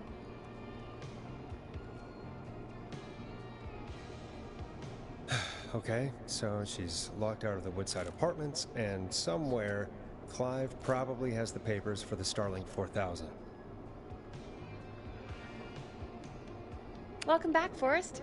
Find anything? Nothing by way of key codes. I see. I'll go back and look again. Starling 4000. User manual. Ah, these codes should come in handy. Don't be too long. Welcome back, Forrest. Find anything? The Starling 4000 security manual. It's got a bunch of codes. Good. And did you find anything else? Nothing, except the manual. All right. Well, I'll get Dom back on the line then, Forrest. I'll let you take it from here. Thanks, Peggy.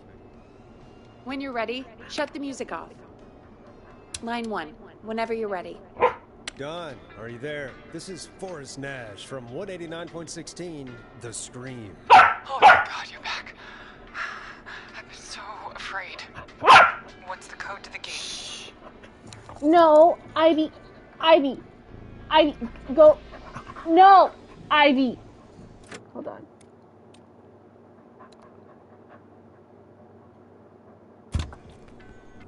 I'm gonna reload for a second here.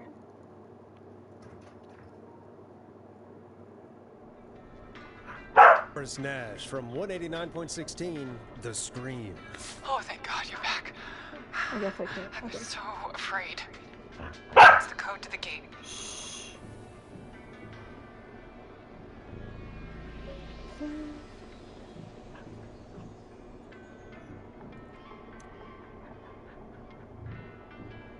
The code is 191.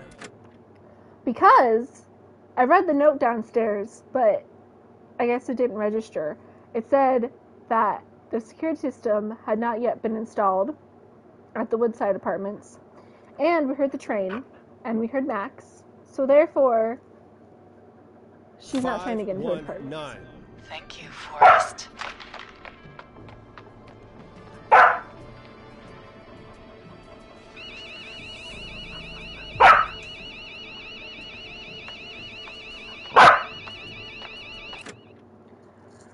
Hold on again. I guess she's got to go potty now.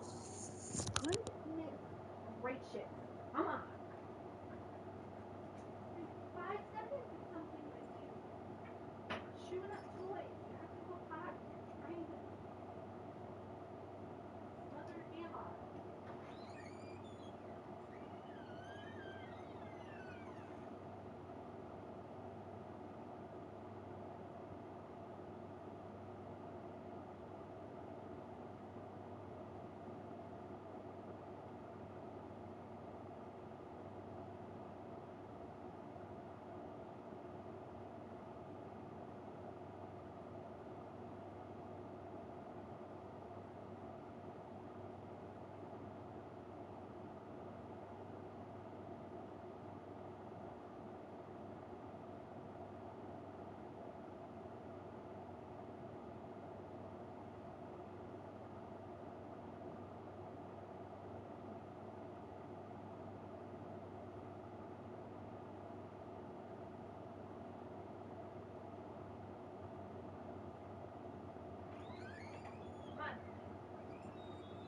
There's a ghost out there.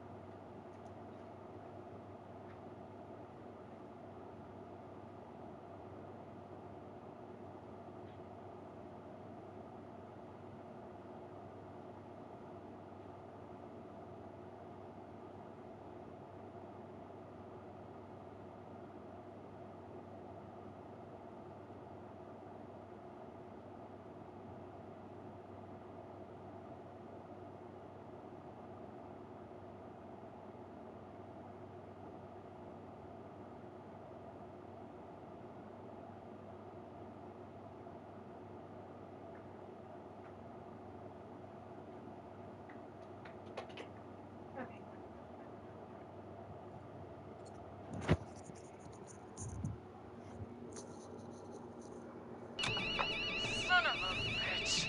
Ah! Bro! Is she? What the heck, bestie? Yeah, stay out! Nobody disrespects the sanctity of the ring. Don't ever come back here again. I'm calling the cops! Thank God. Hello? Is someone there? Ricky, get back inside and turn on the radio. Whoever that was, she was trying to break into the ring. That's fair. Forrest, man, you got no idea. That was him! That was the whistling man! The alarm gave me just enough time to get my rifle. I don't like hurting folk, but I can't let anything happen to Maxie. He's my best friend, you know? Listen, man, I'm heading back inside. Gonna barricade that window. My man, thank you. You and Peggy can skate for free whenever you want, forever. That's a done deal. Thanks, Ricky. Can't wait. You got it. Talk to you soon. Okay, Gallows Creek. Here's some music while we process what Hold on. just happened. I wasn't in the room. What was the trophy?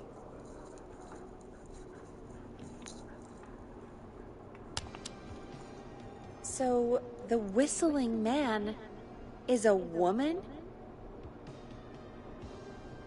An alarming development. There we go.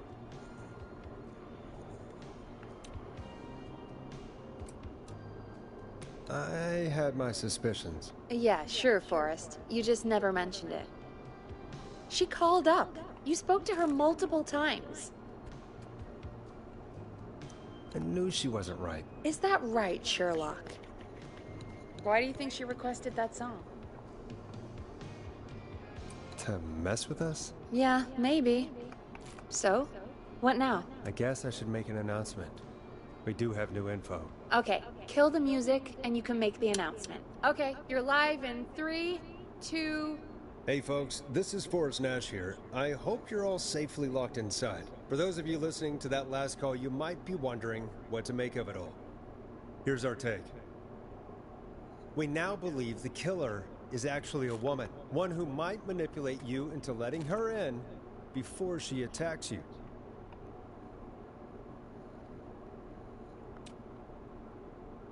We're neighbors. Look out for each other. Stay safe. The killer was calling themselves Dawn. This could be a fake name. If anyone needs help or you have info on the killer, please call in. You folks have my new number, right? It's 911. Hopefully, our next caller can help shed some light on our killer.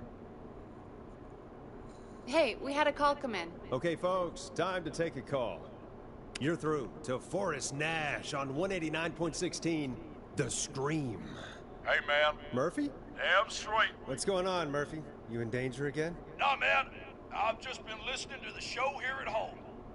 And since you asked folks to call in if they could help out, well, I'm calling. I don't know if I can say as much as other folks have, but I figure I wouldn't be a good role model to Fernando if I didn't try to help, you know? You're a good father, Murphy. Absolutely. Fernando's a lucky kid. Oh, thanks. So, what do you want to know? Well, what can you tell us? I don't know, really. All right. Well, do you know anything about the death of George Barrow? Absolutely nothing. Okay. What about the killer herself? Herself? Man, I didn't get my ass kicked by a lady. The man I went toe-to-toe with was a man. You heard the last call, right, Murphy? Yep. So you know it's a woman, and you were trained by a VHS, Murphy. I know, but... Man, how could it have been a woman under that mask? Let's just move on. Do you know anything about the history of the Whistling Man? No, sir. Tonight's the first time I ever heard of him. What? I moved here 3 years ago, man. What do you want from me? Hey, man, no worries. Just thank you for trying. Right. Sorry I couldn't help you all more, man. Now, if you'd have asked me about gators... Forrest, we have a call coming in. Sorry, Murphy. I think that's all we've got time for right now. All right. I'll catch y'all with the gator talk later. Night. Well, folks, that was a bust. But perhaps our next caller has more they can tell us. Let's find out. This is Forrest Nash, and you're listening. Please help me. My name is Casey Moore. I'm at 25 Nancy Drive. My best friend's been stabbed. He's bleeding everywhere. I don't know what to do. Please help me. Easy. Take a breath. Relax. Okay. We'd been out at the reservoir. We were heading back to his place when we heard this whistling all of a sudden. He just started freaking out. He screamed at me, told me to hide. I'd never seen him like that, and I just panicked and ran and hid in a bush. Oh no. Forrest. Then what happened? He went up the road and talked to someone. I couldn't really hear or see anything. It sounded like he might have known the person, and they just stabbed him. Casey, was his attacker the Whistling Man? The who? They had a mask and wore all black? That's all I know. Please, we need help here. I'll get you help, but I need to know. Where did the masked person go? They left him to bleed out. I waited until they were gone, then dragged him into the garage and called 911. Wait, why didn't you make sure he was dead? I don't know. I think I heard them say something like, "It's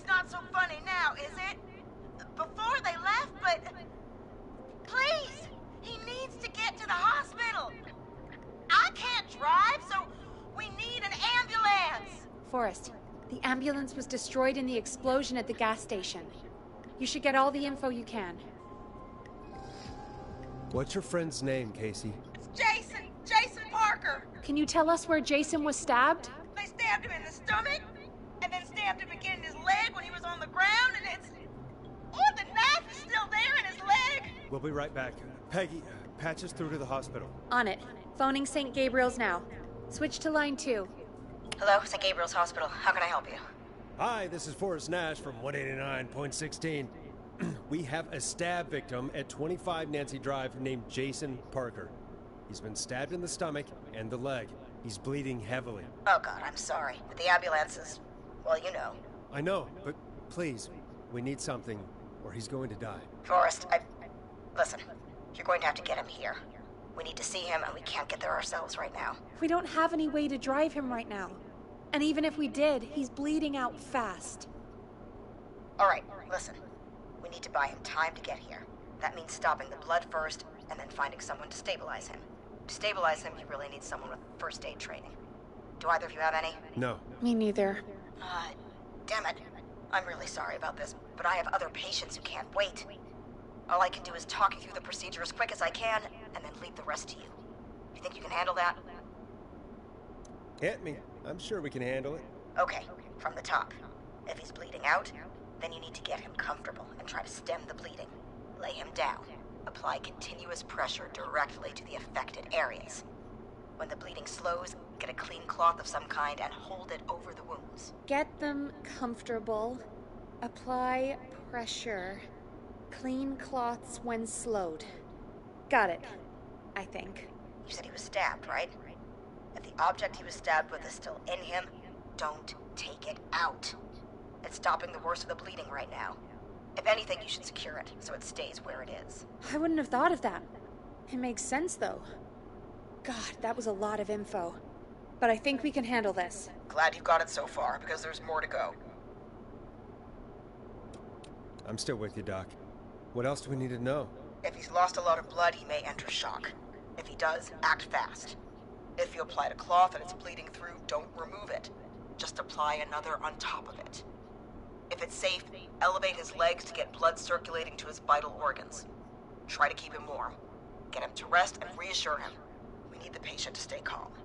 All right, don't replace bandages. Yep. Elevate his legs. Keep him warm and calm. This is a lot. I'm really sorry. That's as much as I can give you right now. Try to stop the bleeding.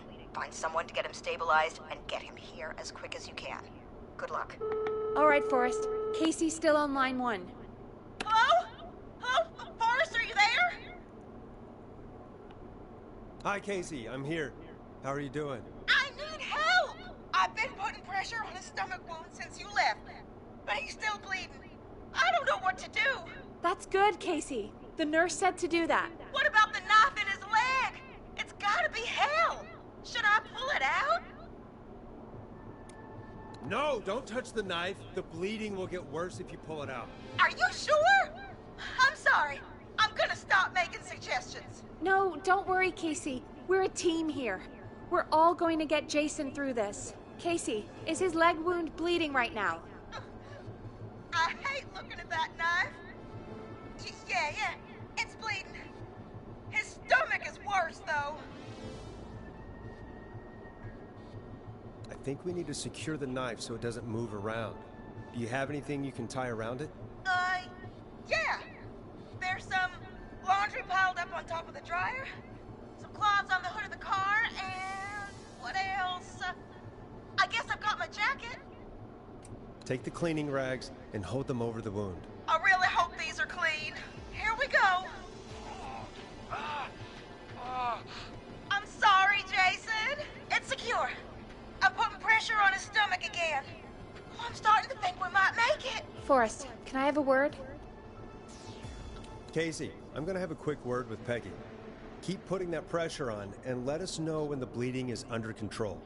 You're doing great. But what if something happens? We'll still be here. Just shout if you need anything, and we'll be there. I promise. Okay. I'll wait. Jason, please be okay.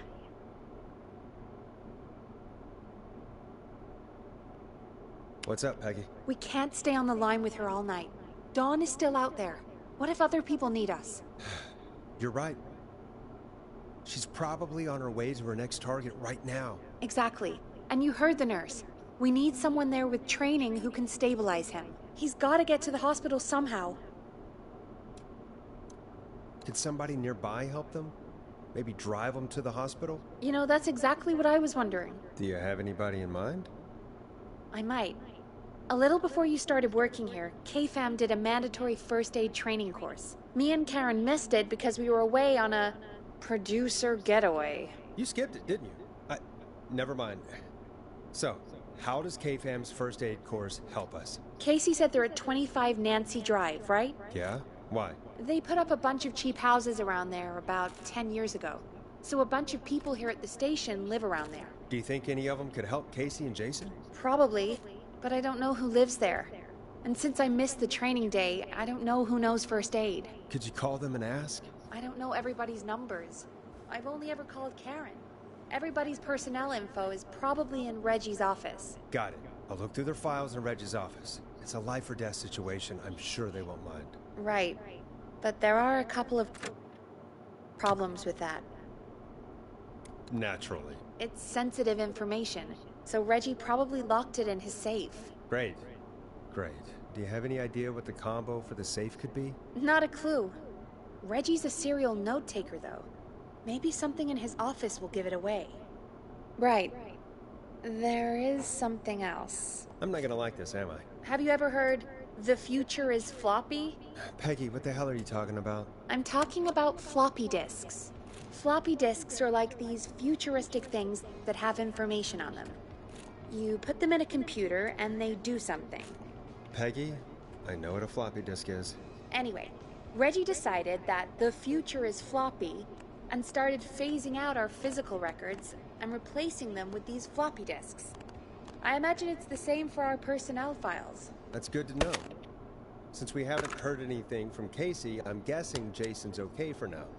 I'll check out Reggie's office and see what I can find. You'll need a key for that. I'll just slide it under my door now. Thanks, Peggy. I'll just have to look around.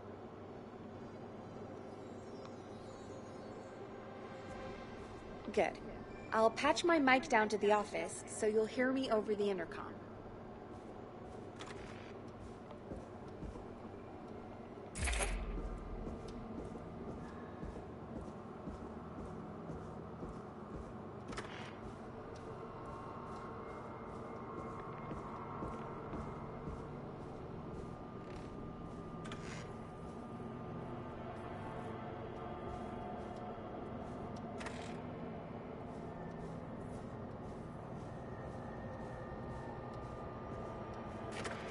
Looks like I need a 4-digit code. Very important date.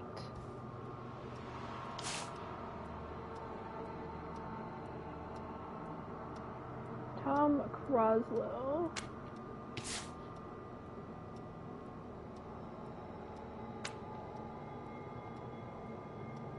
Remember, Reggie's birthday is 9/10, not 10/9. Last year was a disaster.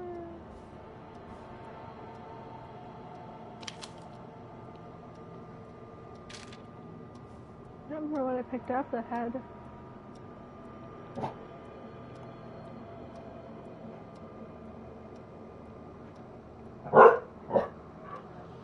Stop stealing my posters.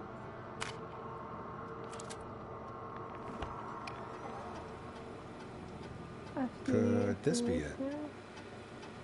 It's terrifying that everybody knew what happened to your every guy, blah blah blah. Smart.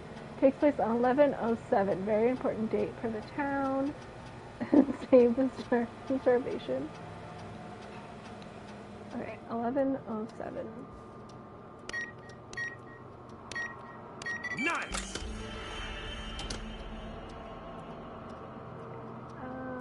Carter, Bradley, Barbara.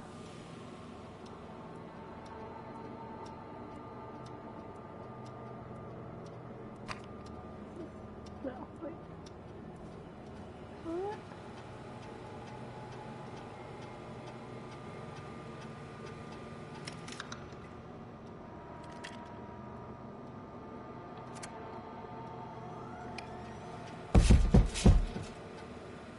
What the heck was that?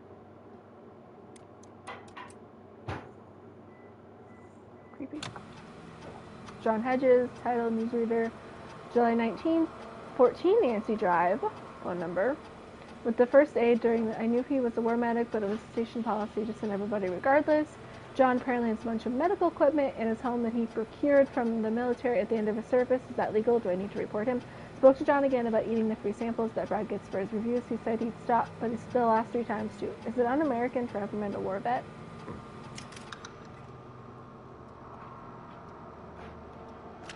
Okay, so it's John Hedges, but because I'm nosy, I want to read all the files this time. Hey, Peggy. I think Reggie's on to you and Tuesday, Karen. Day 23rd. Maybe don't bring those little drink umbrellas into work for a while. Why are you reading my file? You need to find someone who can help Casey. We already know I can. Don't waste time. You're right. I'm sorry. I need to focus on possible candidates. I can read the rest of this later. I've never seen somebody gel with everybody as quickly as Peggy has. Her, Karen, and Barbara have become a little family already. Maybe we need to run the station on girl power. Hopefully it's cheaper than electric. Sometimes I wonder if Peggy secretly wants her own show. She has them at sign, getting calls on the screen. Sometimes we used to work, just leave for a coffee mid-call and nobody would know. Peggy had missed another work event this time, first day training because of the training sessions. Their collection of cocktail parasols grows after each session. Why are they doing training sessions at a bar?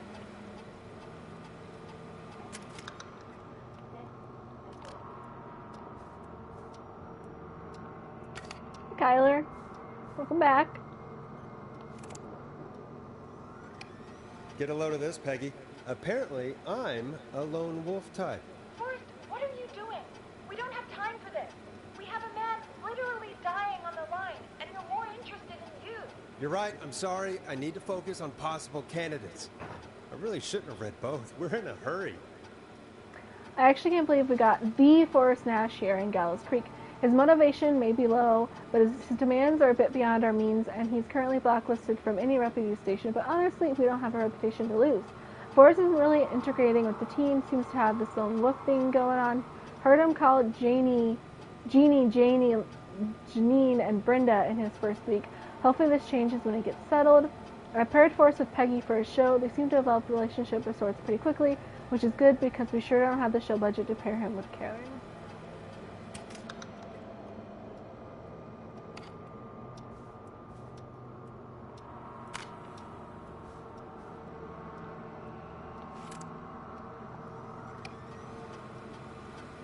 Bradley, food critic. When I hired Brad as our station's food critic, people said I was crazy. We only have 3 takeout places in the diner. What's the point?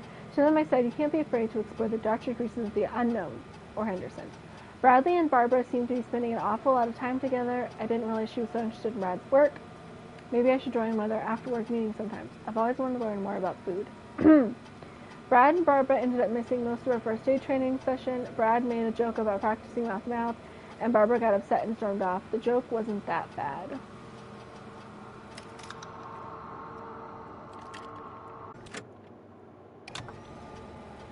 Karen's really stepped up her duties in the recent months. She's fully taken on Hamish's show alongside the Timberline twins ever since Wes left us.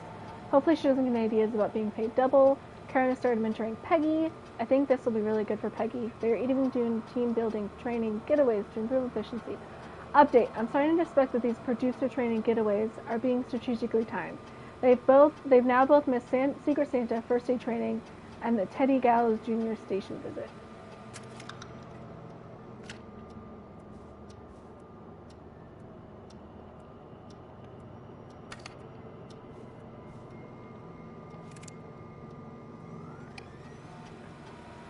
Barbara is really getting on well with all the staff here. Everybody gave her great feedback on our last review. I get the feeling there's something going on with her and Brad. Call it a hunch. Barbara got another cat recently. She must have at least 5 now. Daisy, Murphy, Penelope Fredley, and Lord Winston. I'll need to monitor productivity going forward. The cat photos are a big distraction for the rest of the team. Barbara laughed when I told her about the concept for my new horror script. I don't care what she thinks. A story about an alien egg at the center of Earth set to hatch on February 30th is a great idea. Why else would we avoid having a February 30th?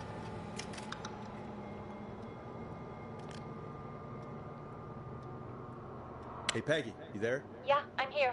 Did you find what we need?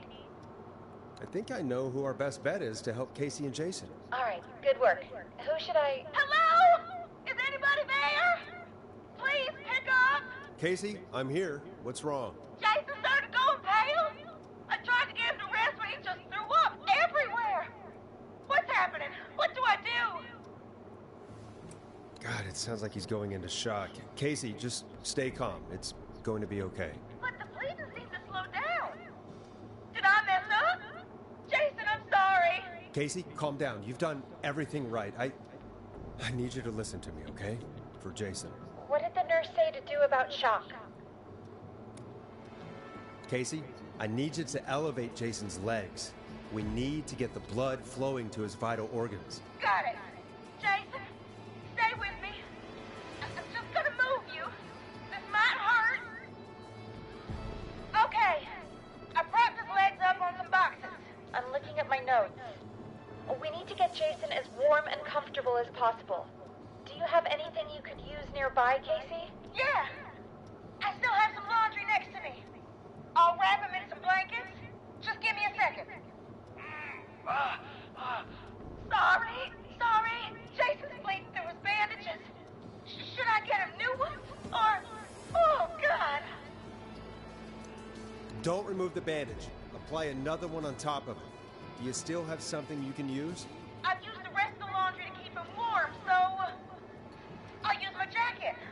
I can always get a new one. I'll fix his bandage and get him warm. Hold on, please.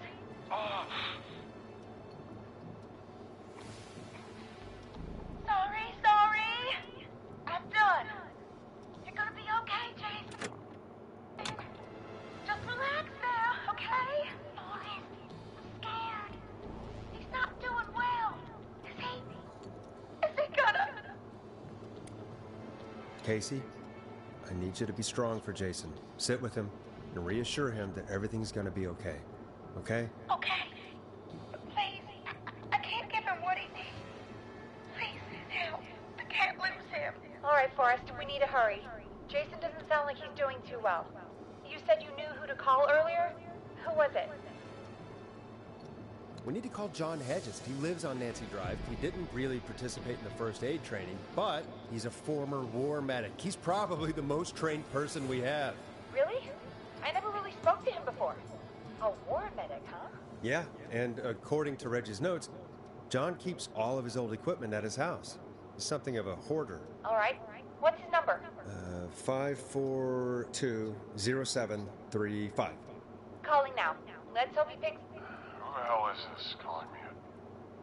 What time is it? John, it's Forrest Nash here at KFAM. We have an emergency and we need your help. Forrest?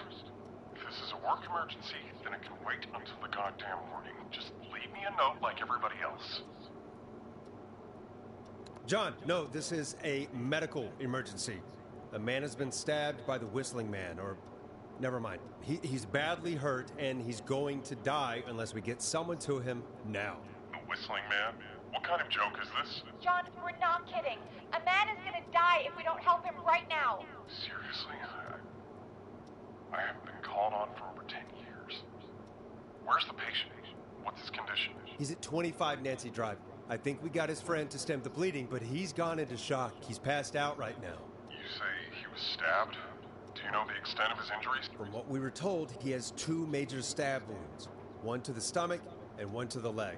The knife is still in his leg, and the stomach wound is open. Understood. Let me grab a few supplies and I'll head right over. Damned if he dies on my watch. Thank you, John. We'll let him know you're on your way. Good luck. Hello, Casey. Are you there? How are we doing? Bad. Jason seemed really weak and then just started thrashing. What about now? Is he still thrashing? He's passed out. Please, He really has. found someone to help. Casey, help is on the way. My colleague will be there soon. You hear that, Jason? Someone is coming. You're gonna be just fine. Just hold on for me, okay? Just hold on. Come on. Hello, Casey. John Hedges. I'm here about Jason. Please let me in. I'm I'm guessing that's Jason there. Casey, I'm gonna need your help.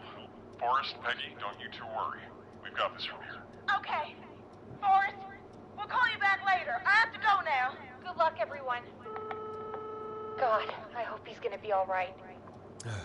And with that, the show moves on. We're sending our best wishes to Jason.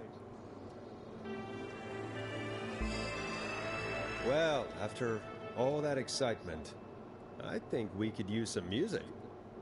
Come back upstairs when you're ready.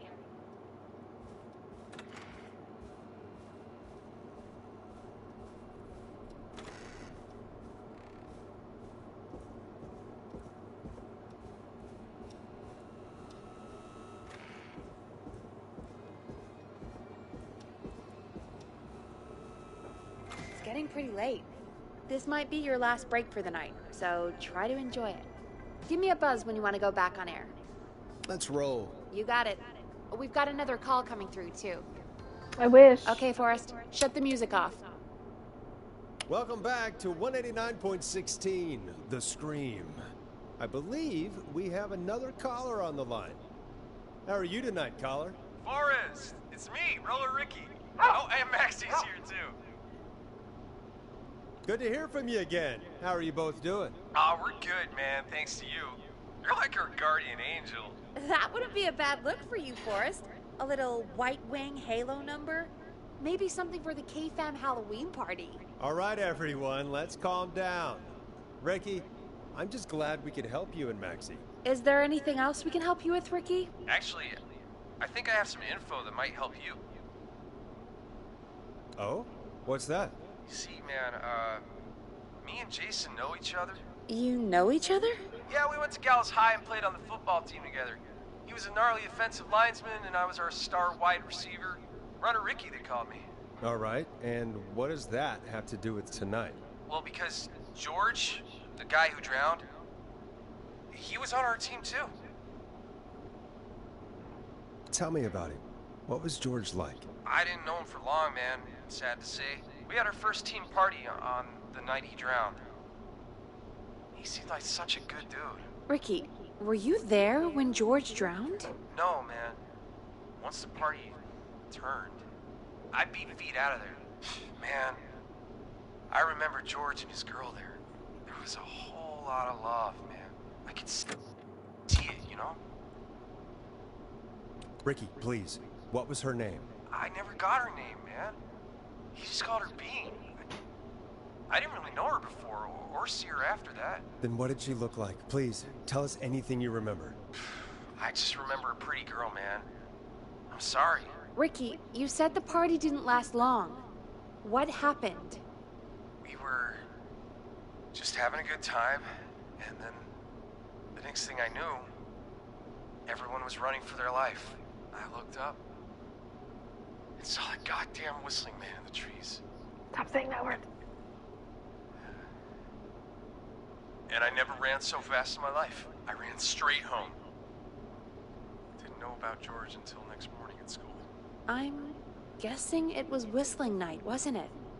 That the whistling man was just another kid. Yeah. I don't know how George died, but I always felt like if anyone deserved to die that night, it should have been me. And Ricky, it wasn't your fault. You're not a bad person. I know that now, ma'am. It took a long time to learn, but yeah, just thought I'd tell you all what I know. Thank you, Ricky. This helps. Thank you. You got it, man. Anyway, I think it's time for me and Maxie to free up your phone lines. Thanks for listening, man. I'll let you to it. Night, Ricky. All right, folks. Looks like we got a new lead in the case. If anyone has any info about this mysterious being, please call in. If she was George's girlfriend back then, she's probably in her mid to late 30s now. Huh. Oh, we have another call coming in, but hang on. What's up, Peggy?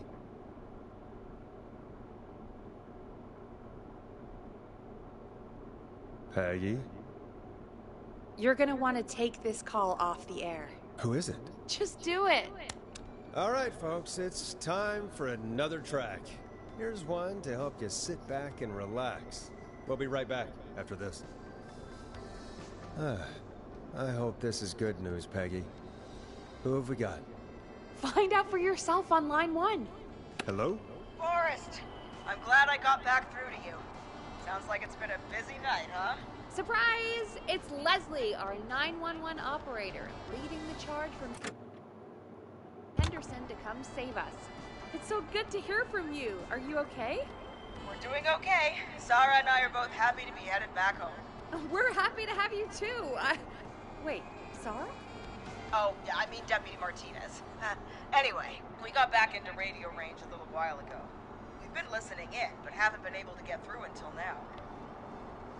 It's been non-stop since you left. Please tell us you're bringing help. You bet! I'm leading a whole goddamn squad towards Gallows Creek as we speak. Turns out somebody had cut the phone lines.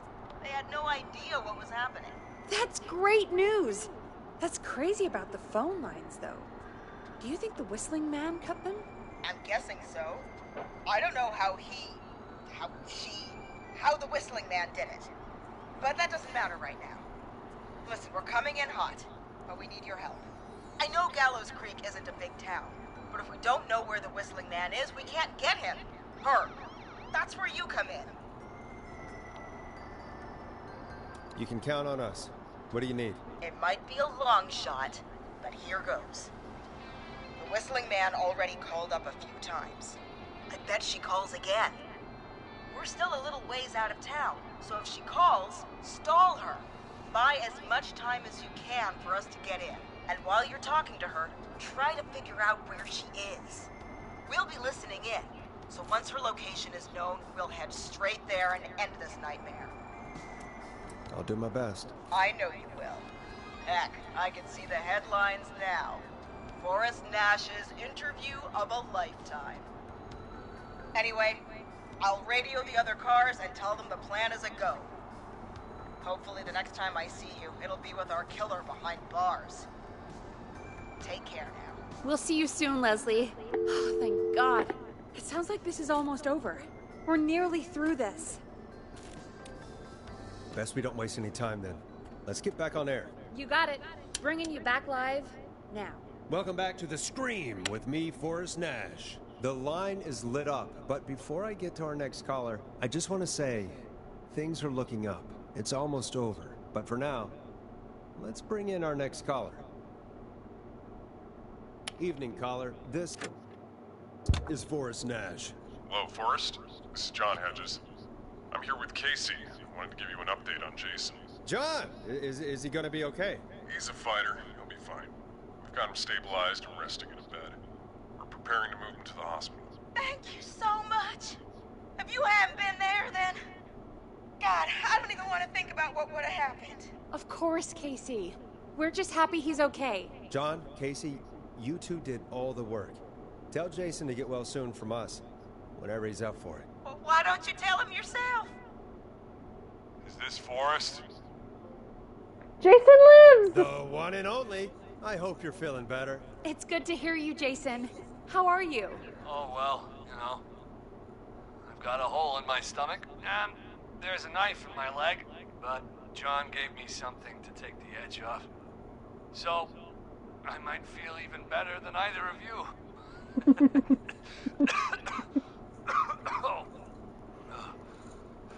Take it easy until you get to St. Gabriel's. I will. But, before that, I needed to call you. I'm guessing the Whistling Man is still out there? Yep. As far as we know, anyway. I was worried you'd say that. God damn it. Actually, I'm glad you called. I wanted to talk to you about what happened earlier. Go for it. We spoke to Roller Ricky not long after you were attacked. You spoke to Ricky? Was he... Come on, I have 15 He is minutes. now. I mean, he was attacked earlier, but this call came after. Hey, guys, I'm really sorry, but there's a call on the other line. I just need to make sure we don't have another situation brewing. You fill Jason in on what happened. I'll be right back. Sure, Peggy. Sorry, Jason. Where was I? Yep. Ricky's fine. You don't need to worry about him. That's a relief. He told us about George. Sounds like everything's finally coming out now. It's been tough to hold it all in. Sounds like you've been holding back about something awful, Jason. I'm part of the reason my best friend is dead, Forrest. And the few who knew about it said if I ever said anything, I'd find myself in jail. For a long time. It was hell. And then the town just moved on. Like he'd never existed. What happened that night? I went along with the stupid prank, that's what. Whistling night. Some of the guys on the football team had an idea for a way we could haze the newcomers. We decided to plan a party in the woods and have the Whistling Man crash it. It was stupid. We each had a role. I was the stabbed friend. At the party that night, I left the group for a second. Met our Whistling Man. Pretended to get stabbed in front of everyone. Started an almighty panic, those screams. That was the last time I saw or heard George alive. How did George die, Jason? I don't know. I was playing dead. But when I heard her scream... Ricky mentioned a girl named Bean. Is that who you mean? Bean? Oh, yeah. I guess George did call her that. Yeah. He called her Bean. I heard her again tonight, Forrest. Her name was... What? What happened? Are we still on air? How do we get it back on? I don't, oh, we can use the emergency generators down in the basement. Reggie picked it up a while ago in case we ever needed to do an emergency broadcast. An emergency broadcast? Emergency? You know, nuclear war, alien attack, broadcasting a serial killer goes into the top so we can end this nightmare. Fair point. It's in the storage area, in the far back corner, up on the wall. You might have spotted it earlier when you were digging around for all those tapes. It'll have a big red button. Just press that. I'll see you when you're back.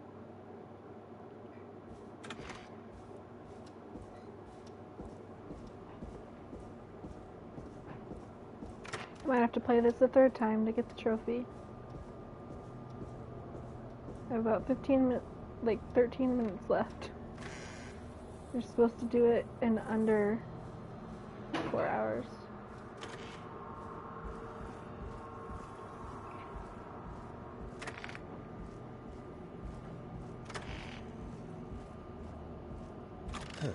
Far back corner.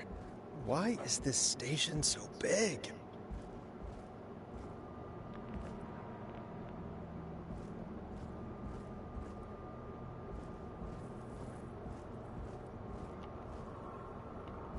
That must be it. Boom! We've got power.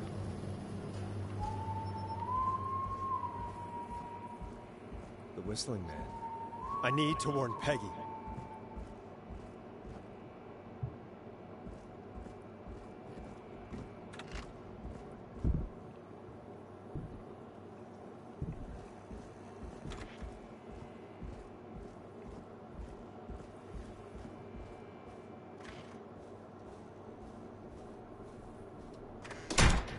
What the hell?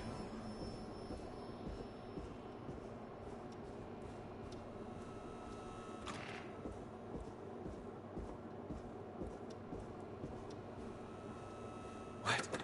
Why is it locked? Oh no. Peggy! Where'd you go?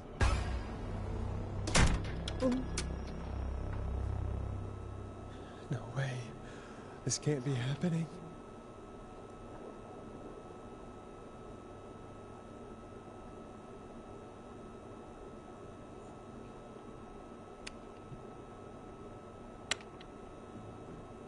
What do you want? good to talk to you again, Forrest.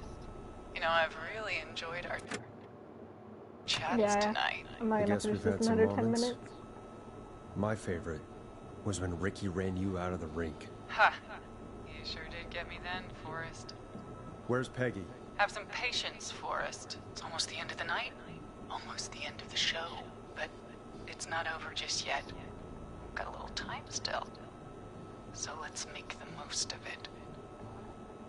I'd rather not, if that's okay. Oh, Forrest. Huh?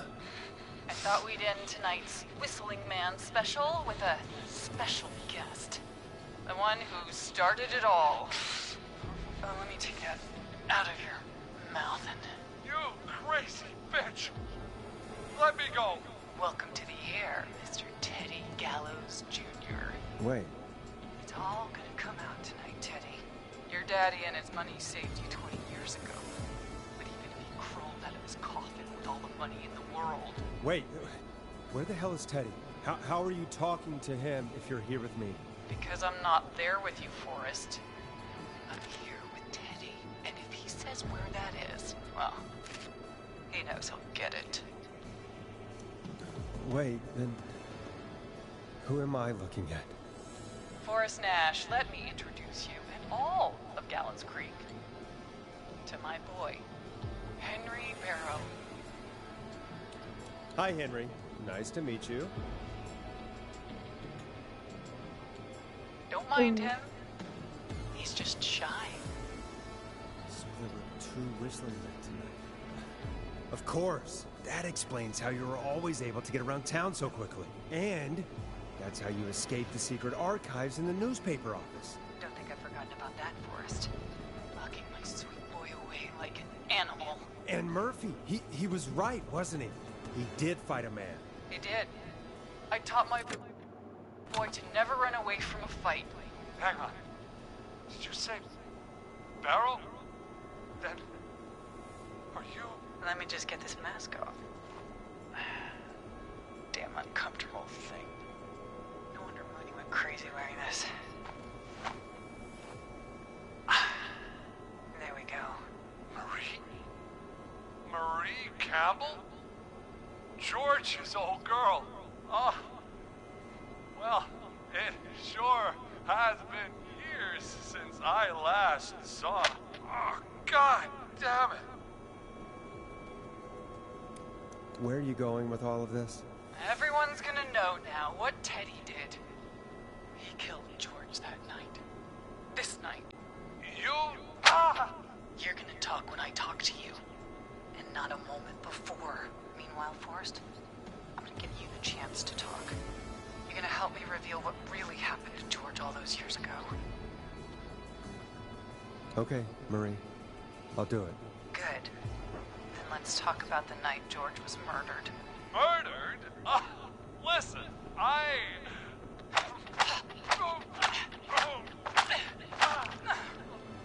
said you speak when you're spoken to. Now, I know you've done some good work tonight in piecing together what happened to George 20 years ago, and that's why I want you to interview us. Interview you? All right. I can do that. Thank you. I want you to help me and Teddy tell the story, Forrest. Do a good job. And hell, you might be the only one to leave here alive.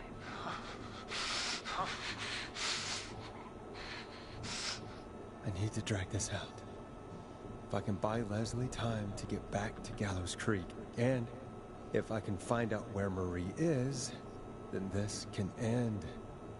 Teddy, we'll start with you. Just, talk me through what happened that night.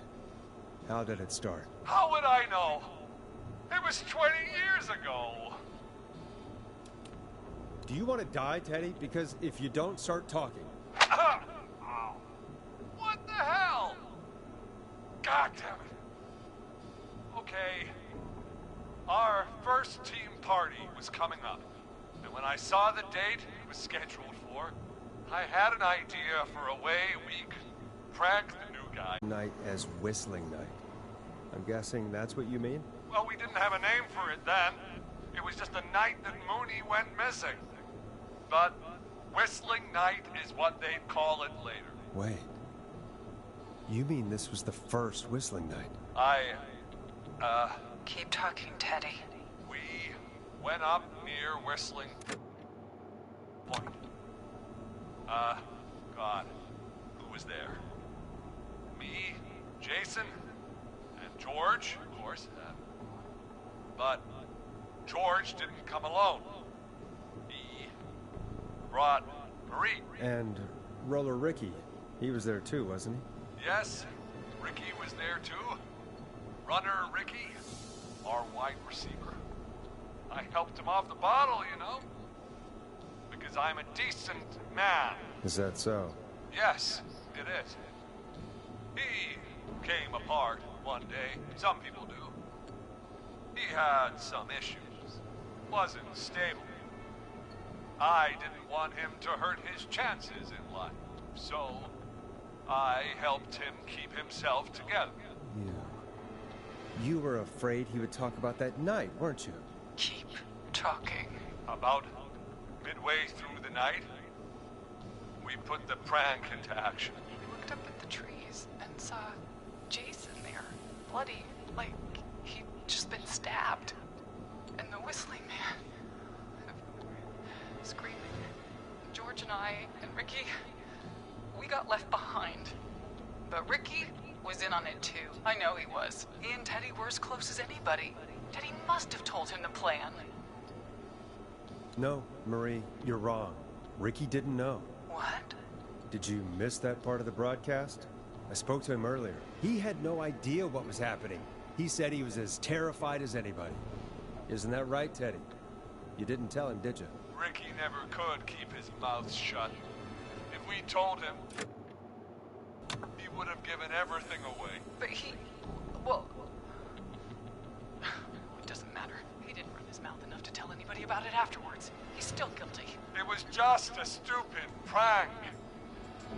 How can you still say it was just a prank? Oh, come on. God damn it. You made George think Jason had been murdered. He thought his best friend was dead. And so tonight you stabbed him for real? It's the role he wanted to play. Jason's still alive, Marie. He was with a friend. We talked her through how to stop the bleeding, and got him professional help just in time. Oh. Well, shame he didn't have the good sense to die earlier. He's gonna regret that. Enough about him. Me and George took off running, but somehow we got separated in the woods. I ended up near the bottom of Whistling Point, and when I noticed George wasn't with me, I panicked. And then, I don't know how he snuck up on me, but the Whistling Man grabs me. I scream, and he starts laughing, telling me it's just a joke. I can stall for time here. Who was it, Marie? Who was the Whistling Man? I suddenly recognized it was Chuck. Chuck Brody was the Whistling Man. Yeah, I'm not finishing this in 2 minutes. Darn it, I was hoping to get the platinum tonight, but I'll have to do a speed run after this. Laughing away. But then he stops. And he's looking up at the top of Whistling Point. What was he looking at? Teddy, what happened next? Nothing. I mean, it was just... Teddy? George fell off Whistling Point. How do you know what happened? I saw it. You pushed him. You were up there. You were dressed as the Whistling Man too, and... I didn't push him, God damn it! I just chased him up there, and he kept backing up. When I saw he was about to go over, I reached out. That's what you saw. You liar. It's not my fault. He didn't know it was a joke. If he'd had any brains, he would have realized. Ugh, you bitch. No one's going to believe this. After all you did. If she's lying, why the cover-up? My future was at stake, Ash. You know what it's like. He's not, though. People like us are bred for bigger things. I'm going to be the mayor of this town, Forrest. And then governor. And then, who knows? What happened that night was tragic. It should never have happened. But it was a mistake. It was just a stupid joke gone wrong. So my father sent Clive out to clean it up. Why should a blip ruin my future? George was a blip? He wasn't a blip, Marie. His father covered it up from there. I searched for George's body all night, but... Sandra found him the next morning while out jazz running. She found him in the river, but she lied about that to protect Teddy. She said something about her rent going up, unless she... Teddy, did your father own Sandra Sharp's dance studio? It's Gallows Creek, not Shark Creek. I'd answer the question if I were you, Teddy. Yes, okay. We own most of the town. That's it, then. Your father was going to run her out of business, unless she lied and said she found him in the reservoir instead of the river. What my father did in his business dealings is nothing to do with me. The false reports. That's why you killed Sheriff Matthews, too, isn't it, Maria? Not just to get him out of the way, but... Everyone was in on it, Forrest. Even the coroner wrote a fake report. Said George was drinking. That he just got himself into trouble. And... I saw. I'm sorry. For all it's worth, Virginia didn't have much of a choice. She had a sick sister whose treatment she couldn't afford. She played along with the gallows to save her sister's life. And her own. Even still, she should have told the truth. I did my part. I tried everything I could think of. I even went to the newspaper, but no. That coward killed the story. We'll take care of Maurice Russell later. You've been through hell, Marie. I'm sorry. You've got no idea. Never should have started. You shouldn't have pushed my George off a cliff. He should have been punished. It's coming to a stop. At least for now. Here, where George and I first met, before he joined the football team, was right after he shot the winning throw. Wait a sec.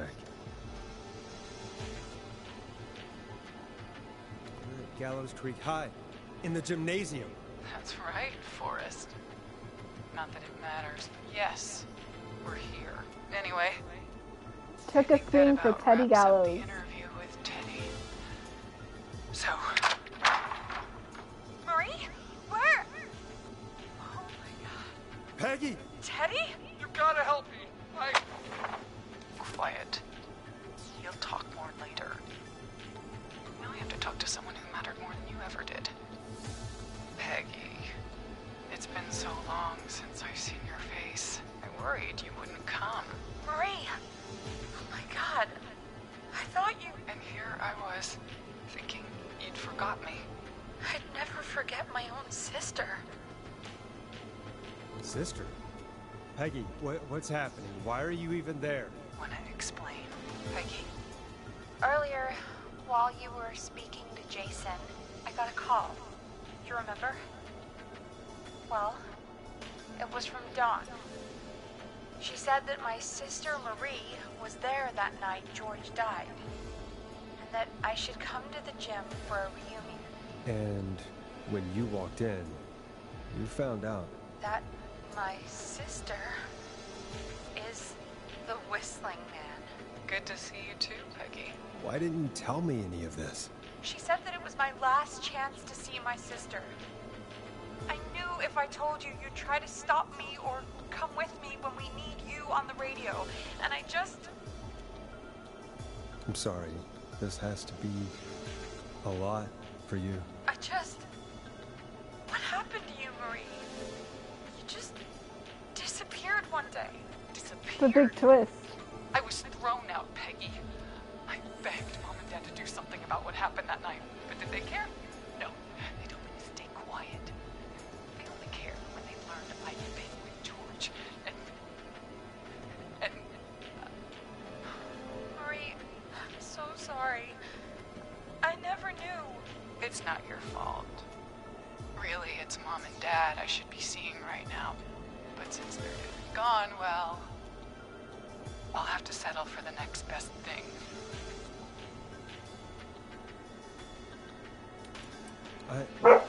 Wait. Is that why you went after that kid in the maze? Eugene Stein? Because his parents? That's right. Eugene's parents were there that night, too. They got themselves killed in a bus accident. And since only their child was left... Marie, please. Mom and Dad are gone, Peggy. Besides, you forgot me. Just like the rest. You forgot. Marie, Peggy never forgot about you.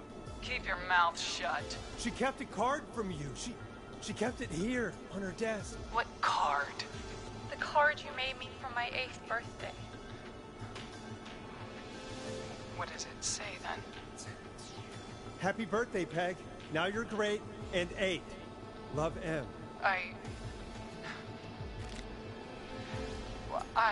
Henderson police! Freeze! No! Henry! Get out of there! Ah! Peggy! We have 2 wounded, and we're in pursuit of the suspect. Henderson police! Freeze! Forrest! Leslie, how's Peggy? She's been cut pretty bad, but we're here now. I'll be okay. God, Marie! Hey, Zara! A tale I of need two you to look sisters. after Peggy. She needs help. Now, we got here just in the nick of time. Where's Marie? She bolted right as we got here. The police are right on her heels. It won't be long now. It's over, Forrest. Well, folks, it was a long night, but we made it through together. I'm gonna head off to go check on Peggy. This has been Forrest Nash. Good night. And good morning.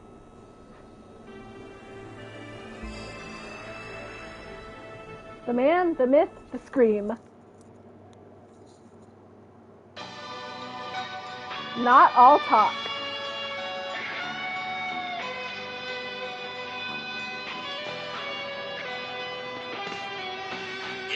We did it, folks.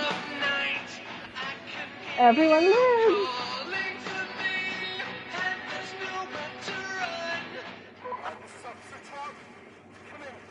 I have a beard.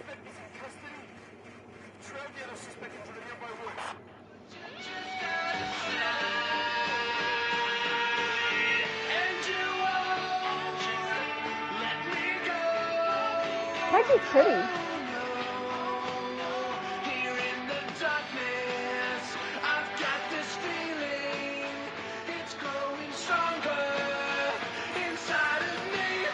It's a killer frequency.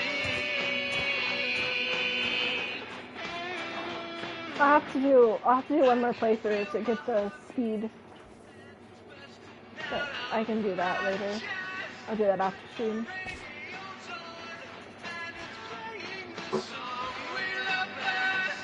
Well, because you have the team call and there's like 16, 17?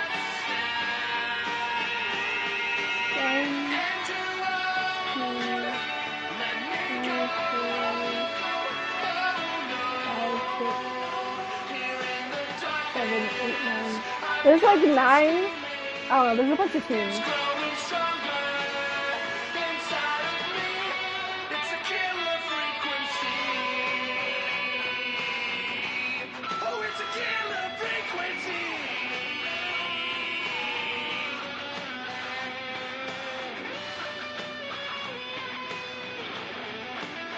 There's like 10 teams. Or something.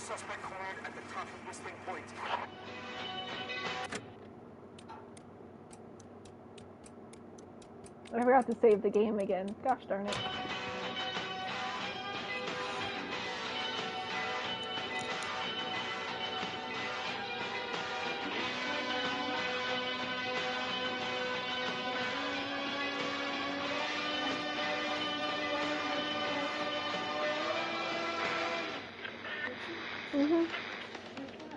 The chicken.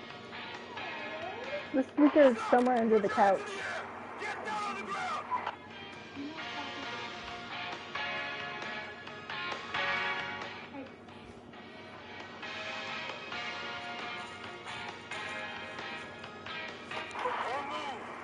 Nobody else has to get hurt.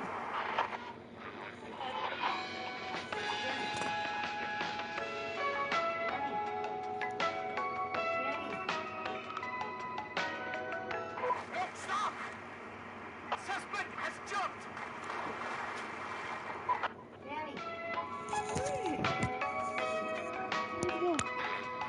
I haven't eaten. No. Negative. No sign of the suspect anywhere. She jumped. I think it was her that jumped. I think they get the kid, but not her.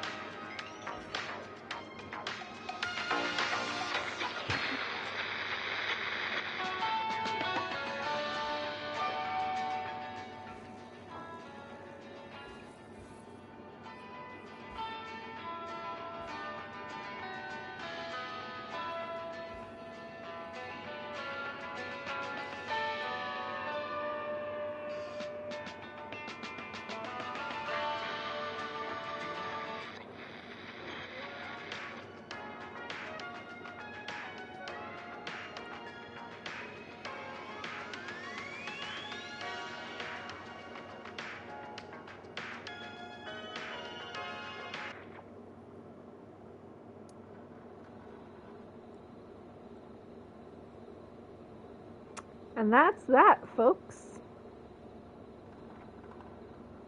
I think I'll do my speed run off stream. I'm not going to play this a third time on stream. But I think my next stream will be Sunday. Yes, I think that is what I have scheduled. Maybe? Yes, the 19th. And we will start another game, which should be fun. I'm excited to replay it. I don't know exactly what time. It'll probably be earlier than this, but it will be a Sunday. So hopefully some of y'all will be able to pop in. Another one in the books. And I'll get the plot probably next week. I'll be house sitting. I can knock it out pretty fast in one night. And that should be my 22nd. Yes. It'll be fun. We'll start a new game. I'm excited. I will see you nerds there. Thanks for hanging out, friends. I appreciate ya. Thanks for the sub, Kyler, for someone else and not yourself. Nerd.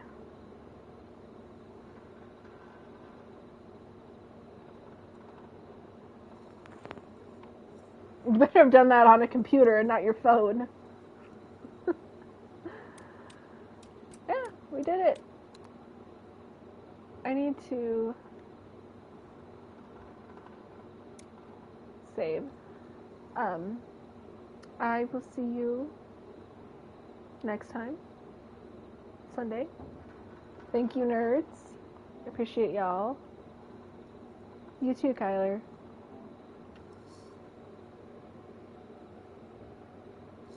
Bye-bye.